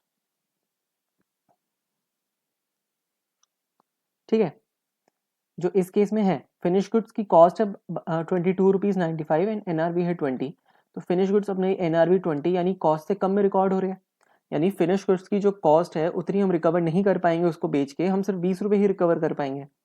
तो इसका मतलब फिनिश गुड्स हमारे इम्पेयर हुए, एक्चुअल कॉस्ट उसकी 22 है, एनआरवी 20 है, तो फिनिश गुड्स इम्पेयर हुए, फिनिश गुड्स में लॉस आया, ये राइट डाउन करिए हमने वैल्यू। तो हम रॉ मटेरियल की वैल्यू को भी राइट डाउन करेंगे और उसको रिप्लेसमेंट कॉस्ट पे लेंगे, उसको हम रिप्लेसमेंट कॉस्ट पे रिकॉर्ड करेंगे, ठीक है। अब इस क्वेश्चन में तो हमने फिर फिनिश गुड्स हमारे लेस है देन द कॉस्ट, क्योंकि एनआरवी पे आ रहे हैं, तो हम रॉ मटेरियल को भी रिप्लेसमेंट कॉस्ट में लेंगे, तो इसको हम करेंगे 9.5 से मल्टीप्लाई, 900 इंटू में 9.5, ये आ जाएगा 8,550, ठीक है। अब यहीं पे अगर एक एजम्पशन लेते हैं, लेट से जो हमारी एनआरवी है इस क्वेश्चन में 25 होती और कॉस्ट हमारी आती है 22.95, तो विच एवर इज लोअर, हम कॉस्ट पे रिकॉर्ड करते हैं अपने फिनिश गुड्स ना कि एनआरवी पे। अब फिनिश गुड्स हमारे कॉस्ट पे है, तो क्या फिनिश गुड्स हमारे कॉस्ट से कम में रिकॉर्ड हुए, नहीं, फिनिश गुड्स कॉस्ट पे ही रिकॉर्ड हो रहे हैं। तो रॉ मटेरियल की जो हम अमाउंट लेते, रॉ मटेरियल कितने पे रिकॉर्ड करते हैं, वो हम 10 रुपए पे रिकॉर्ड करते हैं, यानी रॉ मटेरियल को भी हम कॉस्ट पे रिकॉर्ड करते हैं ना कि रिप्लेसमेंट कॉस्ट पे। रिप्लेसमेंट कॉस्ट पे रॉ मटेरियल तभी रिकॉर्ड होंगे, देखो लॉजिक ये है, रॉ मटेरियल हमेशा कॉस्ट पे ही रिकॉर्ड होनी चाहिए, सबसे पहली बात। रॉ मटेरियल रिप्लेसमेंट कॉस्ट पे तब हो जाएंगे whenever finish goods are recorded less than cost, यानी फिनिश गुड्स में इम्पेयरमेंट आ रही है तो हम रॉ मटेरियल को भी कम कर देंगे, ठीक है। इसके साथ ही क्वेश्चन खत्म होता है, हमारी क्लोजिंग वैल्यू भी आ गई। एक चीज़ और, ये जो हमने वर्किंग में रॉ मटेरियल कंज्यूम निकाले और सेल्स निकाली है, यहाँ पे अमाउंट्स तो दोनों की सेम आई है 10,200, बट दोनों डिफरेंट चीज़ें हैं, दोनों चीज़ें डिफरेंट रिप्रेजेंट करती है। कैसे? रॉ मटेरियल कंज्यूम्ड की अमाउंट हमने यूज़ करी है डायरेक्ट मटेरियल निकालने में, कि डायरेक्ट मटेरियल में हमारा कितने के मटेरियल कंज्यूम हुआ है और इसका यूनिट ले लिया। ये 10,200 है, हमने कितनी फिनिश गुड्स बनाई है, ये रॉ मटेरियल है, ये फिनिश गुड्स है, भले ही इसमें सेम है, हो सकता है कि एक फिनिश गुड बनाने में एक रॉ मटेरियल लग रहा है इसलिए सेम आ गया, बट ये रॉ मटेरियल हमने यूज़ करा है डायरेक्ट मटेरियल की कैलकुलेशन के लिए। फिनिश गुड्स की अमाउंट हमने यूज़ करी है फिक्स्ड ओवरहेड्स में। एक तो हमने इसको कंपेयर करा है एक्चुअल प्रोडक्शन को विद नॉमिनल, या ये जो दे रखी थी नॉर्मल प्रोडक्शन एक्सपेक्टेड प्रोडक्शन के साथ, तो विच एवर इज हायर उससे हमने फिक्स्ड ओवरहेड्स को डिवाइड करा है। फिर इसको हमने एक्चुअल प्रोडक्शन पे ये वाली अमाउंट है 10,200 की, इसको यहाँ पे रिकॉर्ड करा, ठीक है। इस पे मतलब डिवाइड कर, इस मल्टीप्लाई करके हमने यहाँ पे इसको एलोकेट करा, ठीक है। इजी क्वेश्चन है, थोड़ा सा कंसेप्चुअल है और कुछ नहीं। फटाफट आंसर देखते हैं। सबसे पहले हम निकालेंगे cost for closing inventory. Cost of purchase कितनी, 10,200 यूनिट्स, ये रॉ मटेरियल वाली है, इंटू में 10, यहाँ पे हमने निकाला था 1 लाख डिवाइड बाय 1000 करके इसकी अमाउंट निकाल दी थी, 1 लाख डिवाइड बाय 10,000, तो 1,02,000 की हमारी आगे डायरेक्ट मटेरियल। लेबर हमें गिवन है, फिक्स्ड ओवरहेड हमने कैसे निकाले, 75,000 है, नॉर्मल एक्सपेक्टेड प्रोडक्शन 15,000 जो हायर है अपने एक्चुअल से, और ये है हमारी एक्चुअल प्रोडक्शन। तो ये 10,200 ये 10,200 है, तो अमाउंट सेम बट दोनों चीज़ें अलग है, ये रॉ मटेरियल का ये फिनिश गुड्स का है। तो 51,000 की आ गई, टोटल कॉस्ट आ गई हमारे पास 229 की, तो कॉस्ट पर यूनिट आ गई 2290। यहाँ पे भी जो 10,200 लिए ये फिनिश गुड्स वाले लिए हैं, ठीक है, क्योंकि हमारी कॉस्ट फिनिश गुड्स पे लग रही है, तो 2250 का ये आ गया हमारे पास। एक सेकेंड, कुछ तो गलती हुई है यहाँ पे, 22.95, 229,500 डिवाइड बाय 10,200, 2,29,500 डिवाइड बाय 10,200, 22.5 ही आएगा, ये 22.5 है, ठीक है। तो 20, तो यहाँ पे हम एनआरवी पे लेंगे, since NRV is less than cost, closing inventory will be valued at NRV 20, as NRV of the final good is less than its cost, relevant raw material will be valued at replacement cost, therefore finished goods हमारे 1200 into 20 24,000 के, और ये 900 into 9.5 8,550।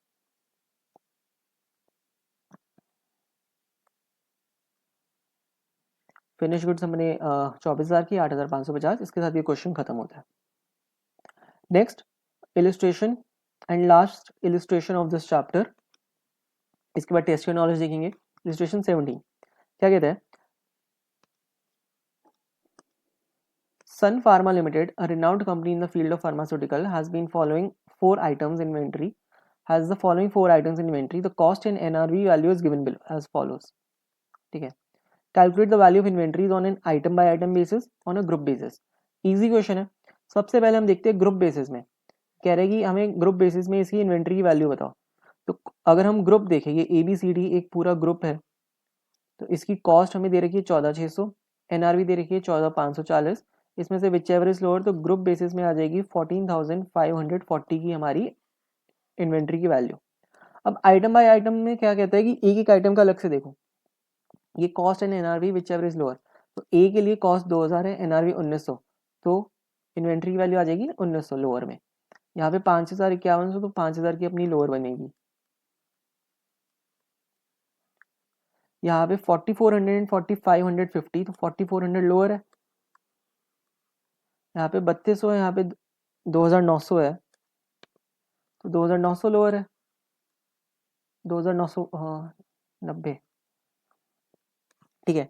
तो total कितना बन गया ये, 1,900 plus 5,000 plus 4,400 plus 2,990, ये आ गई 14,290। तो अगर हम आइटम वाइज आइटम देखें तो हमारी टोटल आ रही है 14,290, और इसका ब्रेकअप हमने यहाँ पे दे दिया, आइटम बाय आइटम की हमारी इन्वेंट्री की कॉस्ट कितनी है। आंसर मैच करते हैं। अगर ग्रुप बेसिस में देखें तो 14,540 की है जो हमने निकाल दी, 14,540, ठीक है। और अगर आइटम बाय आइटम देखें तो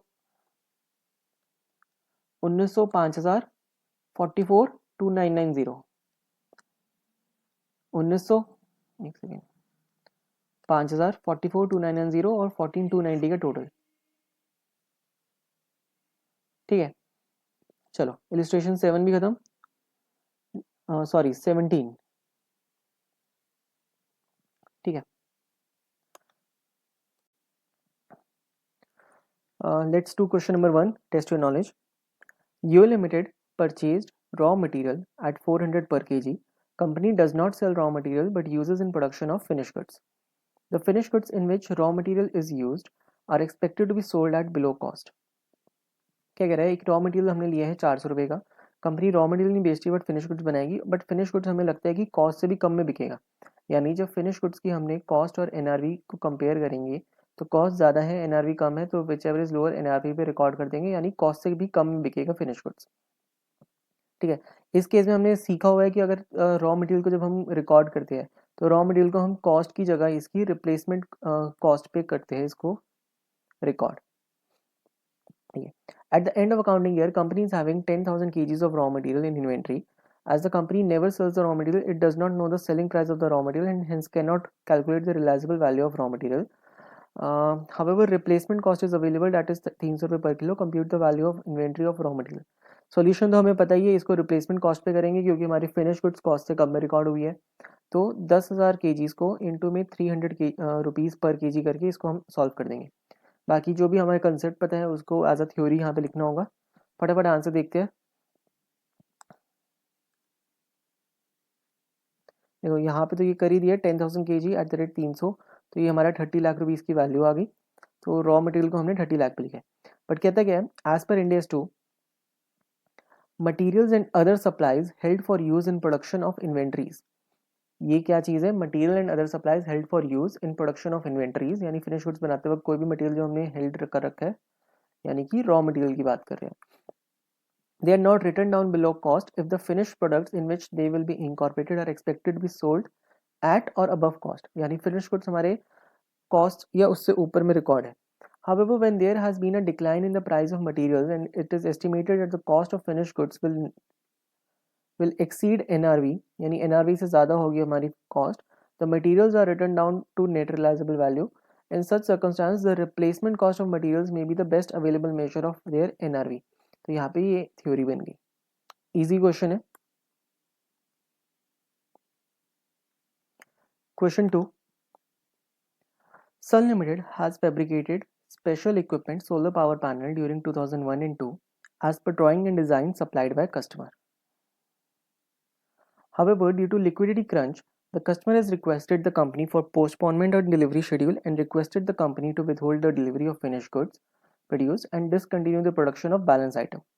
यानी एक कस्टमर ने सन लिमिटेड को ऑर्डर दिया है कि एक सोलर पावर पैनल हमें बना के दो, बट कस्टमर अब उसको खरीद नहीं सकता, उसके पास लिक्विडिटी क्रंच आ गया, so he requested for postponement of delivery and जो अपना काम चल रहा है उसको रोक दो थोड़े टाइम के लिए। As a result of above, the details of customer balance and the goods held by the company as work in progress and finished goods are as follows. Solar panel जो वर्क इन प्रोग्रेस में पड़े 85 lakhs के, finished जो बन के तैयार हो गए 55, और एक सन्ड्री डेटर है हमारे पास 65 lakhs के। The petition for winding up against the customer has been filed during 2002-3 by Sun Limited. Advice on the provision to be made of 205 lakhs, ये जो 85, 55 और 65, इसका total 205 lakh in sundry debtors, finished and work in progress in the financial statements of 2002-3. क्या इसको हम provision बनाए कि ना बनाए? अब देखो, as per Ind AS 2 inventories, inventories में क्या क्या आता है? इन्वेंट्रीज में एक तो आता है अपने रॉ मटेरियल्स, सेकेंड आता है अपना वर्क इन प्रोग्रेस, और थर्ड आता है अपना फिनिश गुड्स। इस केस में अब हमारे पास वर्किंग प्रोग्रेस में 85 लाख पड़े हैं और फिनिश गुड्स हमारे पास 55 लाख का पड़ा है।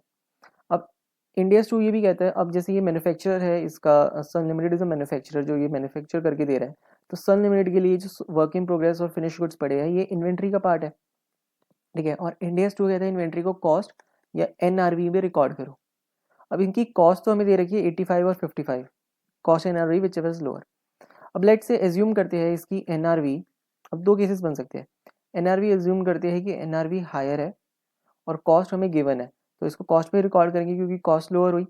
तो 85 प्लस 55 140 लाख इसका जो टोटल है, इसको हम एज अ इन्वेंट्री शो कर सकते हैं, हमारे इन्वेंट्री में है। और इन्वेंट्री है, हम हमारा रोज का काम है बिजनेस, तो हम इसको कहीं ना कहीं बेच सकते हैं मार्केट में। फिनिश प्रोडक्ट्स को हम किसी और कस्टमर को बेच देंगे, वर्क इन प्रोग्रेस में कंप्लीट करके इसको भी किसी और को बेच देंगे। ठीक है, अब ये तो हो गया फर्स्ट ऑल्टरनेटिव। सेकेंड ऑप्शन क्या बचता है कि अब कस्टमर ने हमें अपना स्पेसिफिक ड्राइंग और डिज़ाइन दिया है, यानी कि ये जो प्रोडक्ट बना है सोलर पावर के जो फिनिश और वर्किंग प्रोग्रेस है, सिर्फ इसी कस्टमर के लिए थे, ये मार्केट में बिक ही नहीं सकते।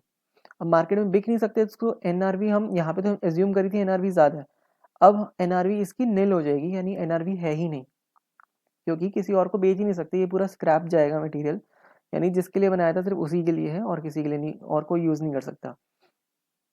ठीक है, तो कॉस्ट हमारी ज़्यादा है, एनआरवी निल है, तो एनआरवी जीरो, यानी ये सब भी पूरे जीरो हो गए एक तरीके से। तो इन सब का पूरा प्रोविजन बना के इसको राइट ऑफ करना पड़ेगा। दो ऑप्शन।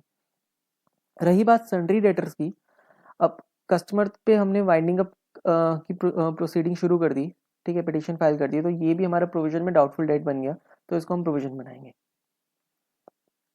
अब इसको लिखना कैसे, फटाफट इसका आईसीए का सोल्यूशन देखते हैं। From the facts given in question it is obvious that Sun Limited is a manufacturer of solar panel, मतलब सोलर पैनल बनाता है, सन लिमिटेड का काम है ये। तो as per Ind AS 2, inventories are assets held for sale in the ordinary course of business, यानी ये फिनिश गुड्स की बात करें, कोई भी एसेट जो held for sale in the ordinary course of business है। In the process of production for such sale, work in progress की बात कर रहे हैं, in the process of production for such sale, in the form of materials or supplies to be consumed in the production process or in the rendering of services, ये बात कर रहे हैं अपने raw materials की। Therefore solar power panel held in its stock will be considered as its inventory. Further, as per standard, inventory is valued at lower of cost or NRV. तो अभी तक हमने पूरे इंडियस 2 का ध्यान दिया कि इन्वेंट्रीज में क्या क्या आता है। तीन चीजें आती है, raw material, finish goods and working progress. Finish goods are held for sale, are assets held for sale in the ordinary course of business. Working progress is the in the process, assets in the process of production for such sale, and asset in the form of materials or supplies to be consumed in the production process. So as the customer has postponed the delivery schedule due to liquidity crunch, the entire cost incurred for solar panel which were to be supplied has been shown in inventory. The solar power panel are in the possession of the company which can be sold in the market. ठीक है, ये first assumption की बात करेगी, market में बिक सकता है ये। So hence company should value such inventory as per principle laid down, that is lower of cost NRV.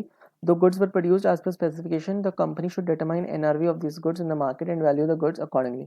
Change in NRV, change in value of such solar panel should be provided for in the books. In the absence of NRV or working progress and finished goods product given in the question, ठीक है, क्योंकि हमें ये दे नहीं रखी NRV, assume करते हैं that cost lower है, the company should value its inventory as per Ind AS 2 140 lakh पे इस पे ले लेंगे। Alternate ऑप्शन जो हमारा सेकंड ऑप्शन है, क्या कहता है, it is assume there is no buyer for such fabricated solar panel, NRV nil हो जाएगी, तो value of goods will be provided in the books. तो यहाँ पे पूरा एक फर्स्ट ऑल्टरनेटिव था कि यहाँ पे हम कहते हैं कि एनआरवी कॉस्ट लोअर है, एनआरवी अज्यूम कर लेते हैं कि मार्केट में बिक सकता है ये, तो हमने यहाँ पे इन्वेंट्री रिकॉर्ड कर दी। दूसरे में कि मार्केट में बिक ही नहीं सकता, तो एनआरवी निल होगी, कॉस्ट हमारी ज़्यादा है, एनआरवी निल है, तो इसको हमें प्रोवाइड करना पड़ेगा, बुक्स में प्रोविजन बनाना पड़ेगा। सन्ड्री डेटर्स के लिए कहता है, since the company has filed a petition for winding up against the company customer, it is probable that the amount is not recoverable from the party, hence provision for doubtful debt 65 lakh का बना देना चाहिए।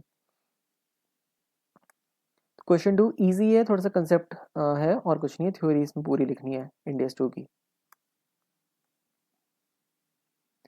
Question number 3, on 31st of March 2001, the inventory of ABC Limited includes spare parts which it had been supplying to a number of different customers for some years.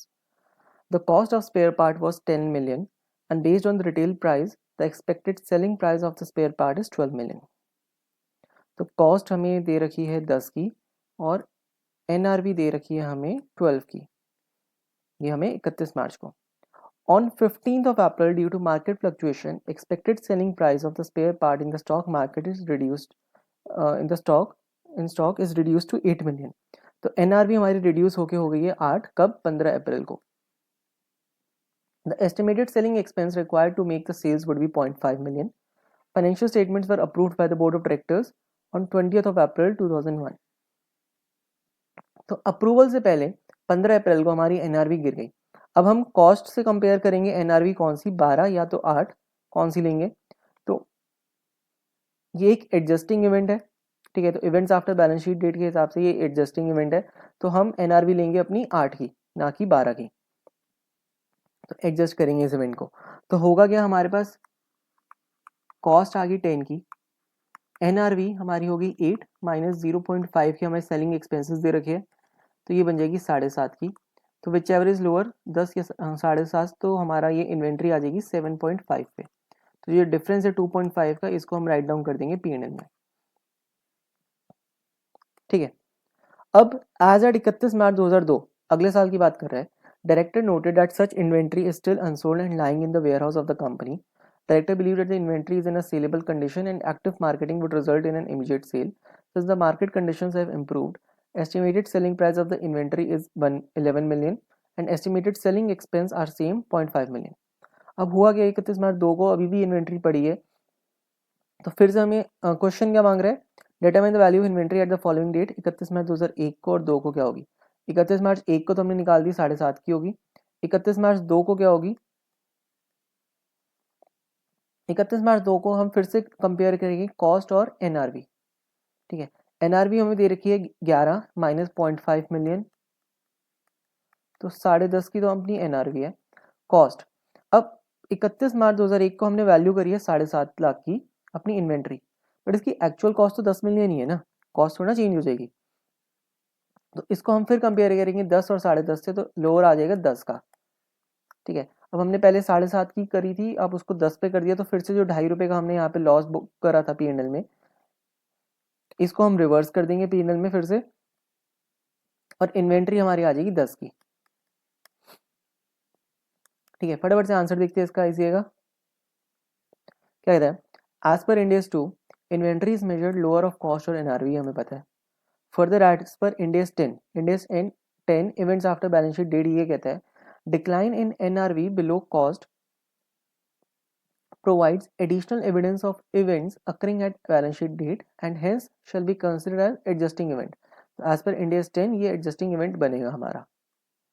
तो first case में क्या हुआ, in the given case valuation inventory 31 मार्च 1 को, cost हमें दे रखी है 10 की, NRV would be 7.5 million, that is expected selling price 8 minus 0.5 का, अकॉर्डिंगली इन्वेंट्री आ जाएगी हमारे 7.5 पे, लोअर ऑफ कॉस्ट और एनआरवी, और 2.5 का हमारा रिकॉर्ड हो जाएगा इनकम स्टेटमेंट में यानी P&L में।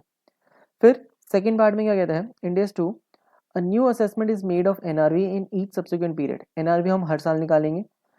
That if there is an increase in NRV because of change economic circumstance, the amount of write down is reversed. So the new carrying amount is lower than the cost. New carrying amount is the lower of the cost and revised NRV. कहने का जा रहा है जो हमने पहले ही write down करा था उसको रिवर्स करके फिर कॉस्ट और एनआरवी आज के दिन की चेक करेंगे। Accordingly, again inventory would be valued at cost or NRV whichever is lower. In the present case cost अपनी 10 लाख है, NRV अपनी 11 माइनस 5.5, 11 माइनस 0.5, 10.5 की आ गई, तो accordingly inventory would be recorded 10 million में and write down carried on previous year 2.5 million shall be reversed. इसको हम reverse कर देंगे। तो इस क्वेश्चन में मेन सीखने के लिए क्या था कि Ind AS 10 के हिसाब से जो एडजस्टिंग इवेंट बनेगा वो, और अप्रूवल से पहले अगर हमें पता चलता है एनआरवी कम हुई है तो हम इसको कंसिडर करेंगे। और दूसरा सेकंड ईयर में फिर से हम कॉस्ट और एनआरवी को कंपेयर करेंगे, कॉस्ट हमारी सेम रहेगी और एनआरवी उस साल की लेके फिर कॉस्ट और NRV whichever is lower. इसके साथ ये क्वेश्चन खत्म होता है, देखते हैं next question. Question number 4, test your knowledge, very important question है, ठीक है, ध्यान से देखेंगे इसे। The following information is gathered from an entity, full capacity is 10,000 labor hours in a year.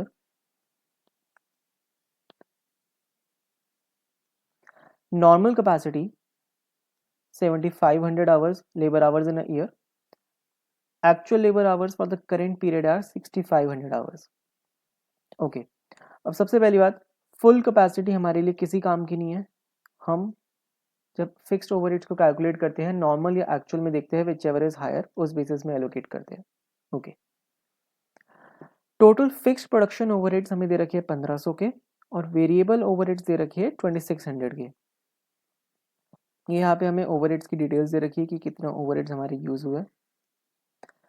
Opening inventory हमें दे रखी है 2500 यूनिट्स, यूनिट्स प्रोड्यूस्ड हमने करी है 6500 की, यूनिट सोल्ड करी है हमने 6700 की। Cost of inventories is assigned using FIFO formula हमारा यूज हो रहा है। डिटरमाइन द ओवरहेड कॉस्ट, जो ओवरहेड कॉस्ट है to be allocated to cost of goods sold and closing inventory. तो ये ओवरहेड जो 1500 और 2600 के है, किस हिसाब से हम इसको cost of goods sold and closing inventory में एलोकेट करेंगे, ये हमने करना है। ओके देखो,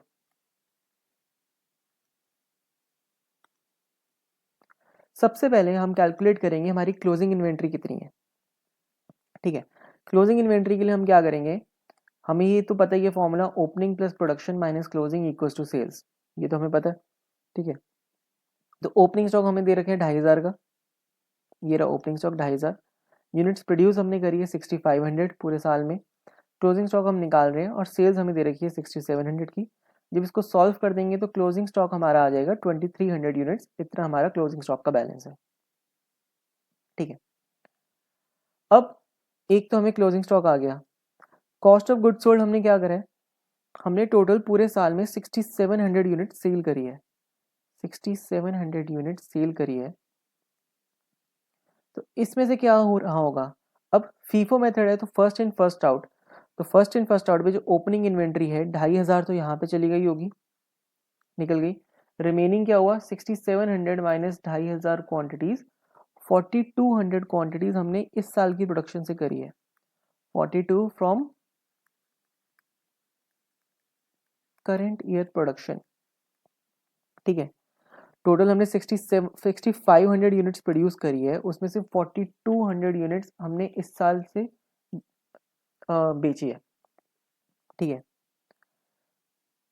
ओके, इसको कैसे यूज करना है एक बार देखते हैं, अभी के लिए ये एक डिस्कशन। सेकेंड हम निकालेंगे ओवरहेड कॉस्ट पर यूनिट। अब हम एक ओवरहेड दे रखे फिक्स और एक वेरिएबल, फिक्स दे रखे 1500 का, वेरिएबल 2600 का। अब वेरिएबल ओवरहेड हमेशा एक्चुअल प्रोडक्शन का होता है, क्योंकि वेरिएबल यानी जितनी हमने प्रोड्यूस करी है उतना ही खर्चा हुआ होगा। तो 2600 डिवाइड बाय एक्चुअल प्रोडक्शन हमने कितने आवर्स करे हैं, 6500 के एक्चुअल प्रोडक्शन आवर्स है, 2600 रुपीज डिवाइड बाय 6500 आवर्स, तो 0.4 पर आवर का हमारा आ गया वेरिएबल ओवरहेड।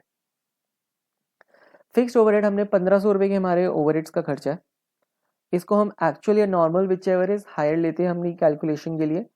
तो नॉर्मल हमारा 75 है, एक्चुअल 6500 आवर्स है, तो हायर में 7500 हमें हम इसको एब्जॉर्ब करेंगे, तो 1500 डिवाइड बाय 7500 एक्चुअल, तो 0.2 रुपीज का रेट आ गया पर आवर।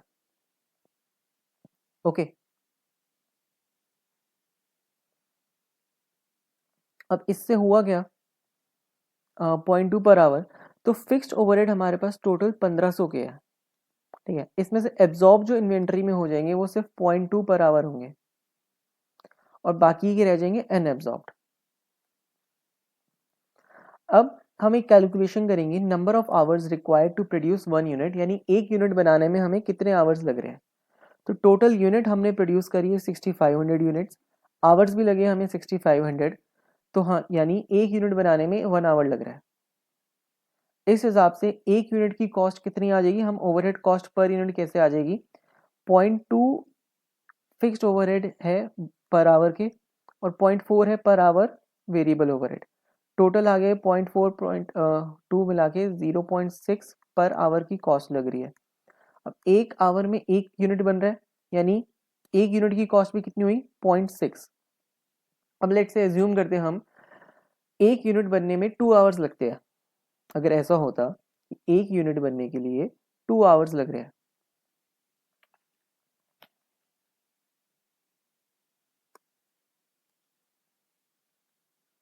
तो अगर जब एक यूनिट बनाने में 2 आवर्स लगते हैं तो ये कॉस्ट भी अपनी एक यूनिट के लिए 0.6 पर आवर है, तो 0.6 इंटू 2 हो जाती है एक यूनिट के लिए 1.2, एग्जाम्पल है। बट इस केस में एक यूनिट बनाने में 1 आवर ही लग रहा है, तो 0.6 की कॉस्ट आ गई अपनी पर यूनिट। ठीक है, तो अपने फिक्स्ड ओवरहेड में कितने एब्जॉर्ब हुए इन्वेंट्री में वो हम कैलकुलेट करेंगे। 0.2 की हमारी फिक्स्ड ओवरहेड की क्या कहते हैं कॉस्ट है पर आवर या पर यूनिट ले लो, और 6500 यूनिट्स हमने प्रोड्यूस करी है, तो 1300 रुपये तो हमारे एब्जॉर्ब हो गए 1500 में से, बाकी 200 रुपये हमारे अनअब्जॉर्ब रह गए, वो हमारे चले जाएंगे P&L में। कहने का मतलब 1500 रुपये के ओवरहेड्स है टोटल फिक्स प्रोडक्शन के, नॉर्मल कैपेसिटी 7.5 थी, एक्चुअल 6500 हुई है, तो कुछ तो अनएब्जॉर्ब रहेंगी ना, 100% तो एब्जॉर्ब हो नहीं पाएंगे इन्वेंट्री में, तो 1300 हमारे एब्जॉर्ब हुए, 200 हमारी चले गए पीएनएल में। इसके बाद हम निकालेंगे हमारे पास कॉस्ट आ गई पर यूनिट, क्लोजिंग यूनिट्स आ गए हमारे, क्लोजिंग स्टॉक कितने हैं 2300 के, एक यूनिट में कितने ओवरहेड्स आएंगे 0.6 के, तो 2300 0.6 1380 हमारी चली जाएंगी ओवरहेड चले जाएंगे क्लोजिंग इन्वेंट्री में। अब निकालेंगे कॉस्ट ऑफ गुड्स सोल्ड में कितने ओवरहेड्स आएंगे। कॉस्ट ऑफ गुड्स सोल्ड हमने निकाली है यहाँ पे, देखो 4200 तो करंट ईयर की प्रोडक्शन से है, 2500 प्रीवियस ईयर से। 2500 का हमें डेटा दे नहीं रखा क्योंकि फीफो मेथड है, ये इसकी वैल्यू कुछ और रही होगी, तो सिर्फ 4200 अगर हमारी इस बार की इस ईयर की cost of good sold, sorry units है कॉस्ट गुड सोल्ड की, तो पर यूनिट हमारा 0.6 का रेट है, तो 4200 इंटू में 0.6 ये आ जाएगा 2520, तो 4200 इंटू में 0.6 2520 के ओवरहेड्स हमारे चल जाएंगे कॉस्ट ऑफ गुड सोल्ड में। ठीक है, तो क्वांटिटी यहाँ पे एक छोटी सी कैलकुलेशन करके देख लेते हैं, quantity of good sold during the year, कितने हमने गुड सोल्ड करी है इस साल में। ठीक है, तो यूनिट्स प्रोड्यूस हमने करे 6500, क्लोजिंग स्टॉक हमारा 2300 का था, यानी 4200 यूनिट्स हमारे इस साल में से गए हैं। टोटल हमने 6700 यूनिट्स बेची है, बट इसमें से 4200 हमारे इस साल की प्रोडक्शन में से है, 6500 में से। बाकी रिमेनिंग जो 2500 है वो प्रीवियस ओपनिंग यूनिट है और उसका हमारे पास डेटा नहीं है, तो cost of goods sold 4200 into 0.6 2520 आ गया। तो अब हमारा टोटल ओवरहेड्स कितने थे हमारे पास, 2600 के वेरिएबल थे, 1500 के हमारे फिक्स्ड ओवरहेड्स थे, टोटल हमारे 4100 थे। इसका अगर हम ब्रेकअप करें तो क्लोजिंग इन्वेंट्री में हमारे 1380 एब्जॉर्ब हो गए, कॉस्ट ऑफ गुड्स सोल्ड में 2520 आ गए, अनअब्जॉर्ब 200 थे जो हमारे यहाँ पे निकले थे फिक्स्ड ओवरहेड का अनअब्जॉर्ब, 4100 हमारे पूरा यहाँ पे ब्रेकअप आ गया। कॉस्ट ऑफ गुड्स सोल्ड और अनअब्जॉर्ब्ड फिक्स्ड ओवरहेड्स हमारे पीएनएल में चले जाएंगे, और एब्जॉर्ब जो क्लोजिंग इन्वेंट्री है क्लोजिंग इन्वेंट्री में चले जाएंगे। फटाफट आईसीए का सॉल्यूशन देखते हैं इसका, क्वेश्चन 4 का क्या कहते हैं,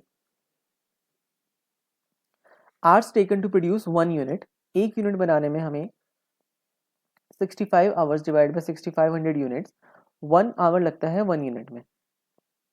फिक्स्ड प्रोडक्शन ओवरहेड का एब्जॉर्प्शन रेट क्या है, 1500 के ओवरहेड्स है, 75,000 हमारी नॉर्मल कैपेसिटी है, एक्चुअल हमारी 65 थी, तो हमने whichever is higher normal ले ली, तो 0.2 पर आवर के हमारे फिक्स्ड ओवरहेड्स का एब्जॉर्प्शन रेट है। अब कहते हैं management should allocate fixed overhead cost to units produced at a rate of 0.2 per hour. Therefore, fixed production overhead allocated to 6500 units produced during the year would be 1300. ये हमने यहाँ पे निकाला था 1300 जो हमारा फिक्स्ड ओवरहेड्स में एलोकेट हो जाएगा। Remaining 200 should be expressed of in PNL. ठीक है, अभी तक हमने क्या करा, सबसे पहले हमने निकाला कि एक यूनिट बनाने में कितने आवर्स लग रहे हैं, तो एक यूनिट बनाने में 1 आवर लगता है। फिक्स ओवरहेड हमने एब्जॉर्प्शन रेट निकाला, फिर उसको हमने एक्चुअल यूनिट्स में डिवाइड एब्जॉर्ब करवा के एलोकेट करके बाकी अनएब्जॉर्ब्ड अनएलोकेटेड बना दिया पीएनएल में। The amount of fixed overhead allocated to inventory is not increased as a result of low production by using normal capacity to allocate fixed overhead. इसका मतलब क्या कह रहा है, इसका मतलब वही है कि हम नॉर्मल या actual capacity whichever is higher लेते हैं, ये वही है कि fixed overhead allocated inventory is not increase as a result of low production by using normal capacity to allocate fixed overheads, कि हमने नॉर्मल कैपेसिटी यूज करी है यहाँ पे फिक्स्ड ओवरहेड्स को एलोकेट करने के लिए।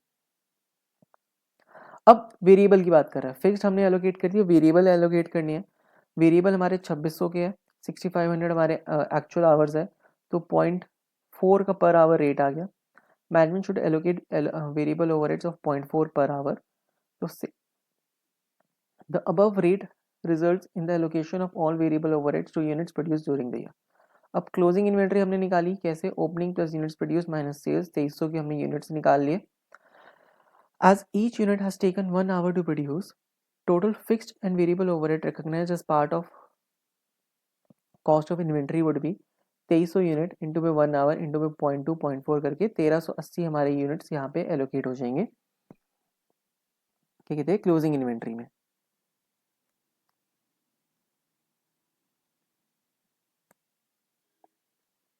करा गया 2300 इंटू में 0.6, ये हमने यहाँ पे करा है 2300 इंटू में 0.6, 1380 ये हमने ओवरहेड्स एलोकेट कर दिए क्लोजिंग इन्वेंट्री में। फॉर्मूला लिखा है number of units of closing inventory लिए number of hours to produce each unit 1 hour लगा और 0.2 0.4 पर आवर के हिसाब से ये कर दिया। अब रिमेनिंग जो बचे 2720 कैसे, 1500 की हमारी टोटल फिक्स कॉस्ट थी, 2600 के हमारे वेरिएबल कॉस्ट थे, 1380 हमने एलोकेट कर दिया क्लोजिंग में, तो 2720 बचे। ठीक है, अब इस 2720 में से क्या करेंगे, 200 रुपये तो हमने अनअब्जॉर्ब कर दिए, 2720 इन्होंने कहा एक्सपेंस में चले जाएंगे, किस हिसाब से, 200 रुपये अनअब्जॉर्ब में, और 2520 चले जाएंगे हमारे कॉस्ट ऑफ गुड सोल्ड में, absorb in cost of good sold FIFO basis पे। तो 6500 यूनिट्स हमारी प्रोड्यूस्ड है, 2300 का हमारा क्लोजिंग स्टॉक है, 4200 हमारी यूनिट्स आ गए इस साल के कॉस्ट ऑफ गुड सोल्ड, यानी यूनिट्स जो अपनी बेची है, इंटू में 0.6 का रेट 2520। क्वेश्चन खत्म। इजी क्वेश्चन है, थोड़ा सा ट्रिकी क्वेश्चन बन जाएगा, अगर यहाँ पे 1 आवर नहीं होगा तो उस हिसाब से थोड़ा सा माइंड के साथ इसको सॉल्व करना है। ठीक है, इजी क्वेश्चन है, वैसे थोड़ा सा ध्यान देना है। तो ये खत्म होता है। क्वेश्चन नंबर 5 क्या कहता है ये, Sharp trading incorporation purchases motorcycles from various countries and exports them to Europe. Sharp trading has incurred these expenditures during 2001। कुछ एक्सपेंसेस हमें दे रखे हैं, ए से लेके आई तक के एक्सपेंसेस दे रखे हैं, and advise as if which of the above items is to be included in the cost of inventory and wants you to calculate the cost of inventory as per Ind AS 2। तो कौन से items inventory की cost में आएगी और क्या amount बैठेगी। तो let's C, cost of purchase based on vendors invoice 5 lakh, ये तो आएगा अपना 5 लाख की अमाउंट आएगी। Trade discount on purchases, trade discount हम माइनस करेंगे, यही अगर ये कैश डिस्काउंट होता है या अर्ली सेटलमेंट डिस्काउंट होता तो हम नहीं लेते। इम्पोर्ट ड्यूटीज एज्यूम करेंगे कि ये रिफंडेबल नहीं है, नॉन रिफंडेबल है तो आएगी, तो क्या क्या बनेगा, ये अभी 5 लाख हो गया, इसमें से 10,000 रुपये के हमने ट्रेड डिस्काउंट हटा दिए, प्लस 200 की इम्पोर्ट ड्यूटीज है। इसके बाद freight and insurance on purchase 250 रुपये के फ्रेट एंड इंश्योरेंस, ये भी ऐड होंगे इसमें, प्लस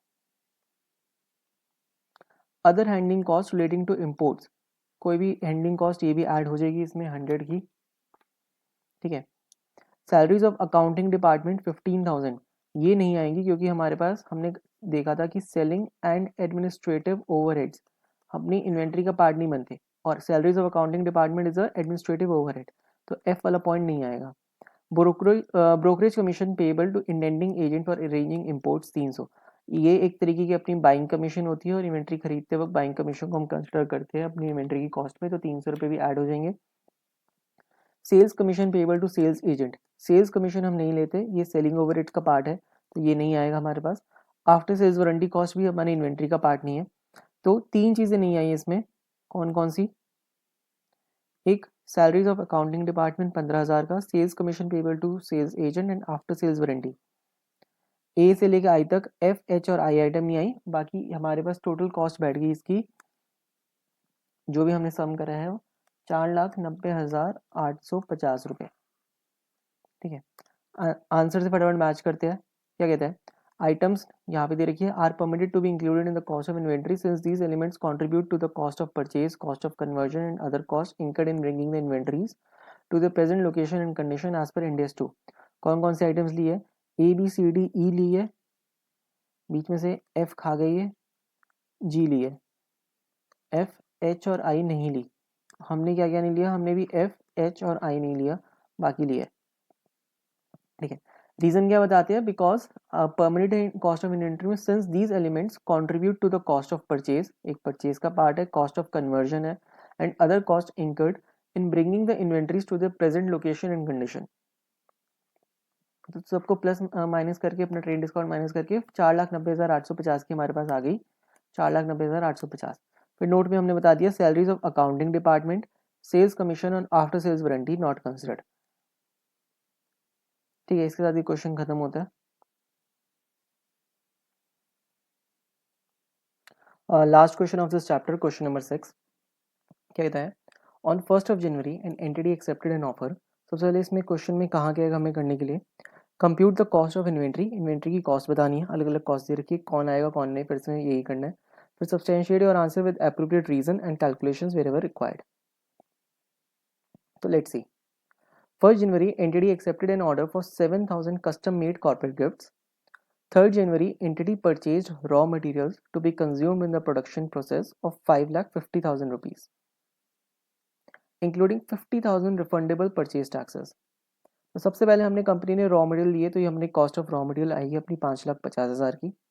इसमें से 50,000 हम नेट माइनस कर देंगे रिफंडेबल टैक्सेस, क्योंकि ये रिफंड हमें मिल जाएंगे, 50,000 माइनस करेंगे। The purchase price was funded by raising a loan of 5,55,000 including 5,000 loan raising fees. The loan is secured by the inventories. अब लोन की जो लोन रेजिंग फीस है ये P&L में जाएगी। लोन का जो इंटरेस्ट है यानी बोरिंग कॉस्ट ये भी P&L में जाएगा। कहने का मतलब इन्वेंट्रीज में अपनी लोन की कोई भी अमाउंट नहीं ऐड करेंगे, फाइनेंस कॉस्ट या फाइनेंस बोरिंग की जो भी कॉस्ट है इसमें ऐड नहीं होगी। During January 2001 the entity design the corporate gifts for the customer.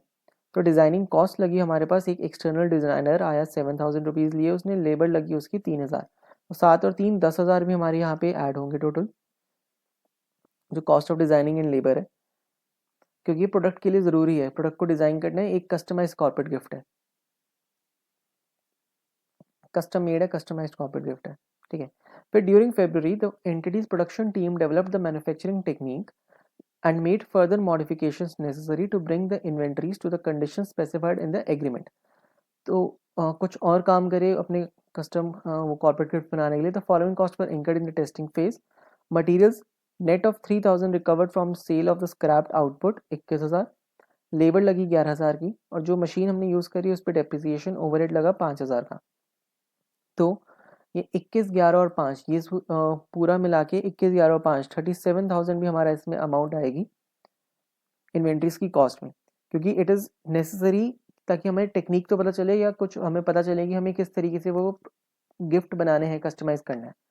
दूसरा मटेरियल यहाँ पे हमें 21,000 जो दे रखे पहले से नेट ऑफ स्क्रैप वैल्यू कर रखे है, अगर ये नेट नहीं कर रहा होता तो 21,000 में से हम 3,000 माइनस करते, क्योंकि हम स्क्रैप की वैल्यू हमने रिकवर कर ली अपने कॉस्ट में से माइनस कर देते हैं, बट यहाँ पे इन्होंने पहले से नेट करके दिया है। Further, during February, the entity incurred following additional costs in manufacturing the customized corporate gift. Manufacturing में हमारे consumable stores लगे 55 की, लेबर लगी 65 की, और डेप्रिसिएशन लगी प्लांट एंड मशीनरी प्लांट की 15,000। तो 55, 65, 15 ये भी हमारी कॉस्ट में बनेगा, तो 55, 65, 15 1,35,000 की कॉस्ट और इसमें डाल देंगे। इसके अलावा customised corporate gifts were ready for sale on 1st of March. No abnormal wastage occurred in the development of manufacture of corporate gifts. अगर एबनॉर्मल वेस्टेज हो भी जाती तो हम यहाँ पे इसको कंसिडर नहीं करते, कॉस्ट में से नहीं इसको माइनस करते या ऐड नहीं करते नॉर्मल, ठीक है, एबनॉर्मल वेस्टेज को। तो 6,82,000 की हमारी टोटल आ गई इन्वेंट्री की कॉस्ट। आंसर मैच करते हैं इसका ICA से। सबसे पहले टोटल कॉस्ट ऑफ इन्वेंट्री तो आ गई 6,82,000। अब इन्होंने जो रिमार्क्स दिए वो पढ़ लेते हैं। 5 लाख जो हमने लिया है ये परचेज प्राइस है रॉ मटेरियल का, इसमें से 50,000 हमने नेट ऑफ कर दिए रिफंडेबल टैक्सेस के। लोन रेजिंग फीस जो 5,000 की हमें दे रखी थी वो वहाँ पे इंक्लूड हो जाएगी, मेजरमेंट इन द लाइबिलिटी, ये इसमें आएगा नहीं। कॉस्ट ऑफ परचेज 55,000 की purchase price for consumable stores, ये इन्होंने क्या लिया है, ये जो 55,000 दे रखे कंज्यूमेबल स्टोर्स के यहाँ पे परचेज प्राइस दे दिया। कॉस्ट ऑफ कन्वर्जन 65,000 के डायरेक्ट लेबर कॉस्ट इन्होंने ले ली, कन्वर्जन कॉस्ट। प्रोडक्शन ओवरहेड 15,000 की फिक्स्ड ओवरहेड यहाँ पे इन्होंने लिए है ये 15,000 रुपये अपनी डेप्रिसिएशन के। फिर प्रोडक्शन ओवरहेड 10,000 के लिए, product design cost and labour cost for specific customer, ये 10,000 कहाँ से आया, ये 7 और 3 10,000 design and labour cost. Other cost 37,000 जो हमने यहाँ पे 37,000 ले रखी है, 21, 11 और 5 को ऐड करके 21, 11 और 5 कहता है cost of testing product design for specific customer, ये net of 3,000 recovered from sale of scrapped है, इसलिए हमने 21 लिया। अगर ये नेट ना होता तो 3,000 हमने स्क्रैप के भी माइनस करते। और बोरिंग कॉस्ट अपनी रिकॉग्नाइज होंगी P&L में, तो ये हमारे आगे 6,82,000 की अमाउंट। इसके साथ ये क्वेश्चन खत्म होता है अपना और चैप्टर भी खत्म होता है।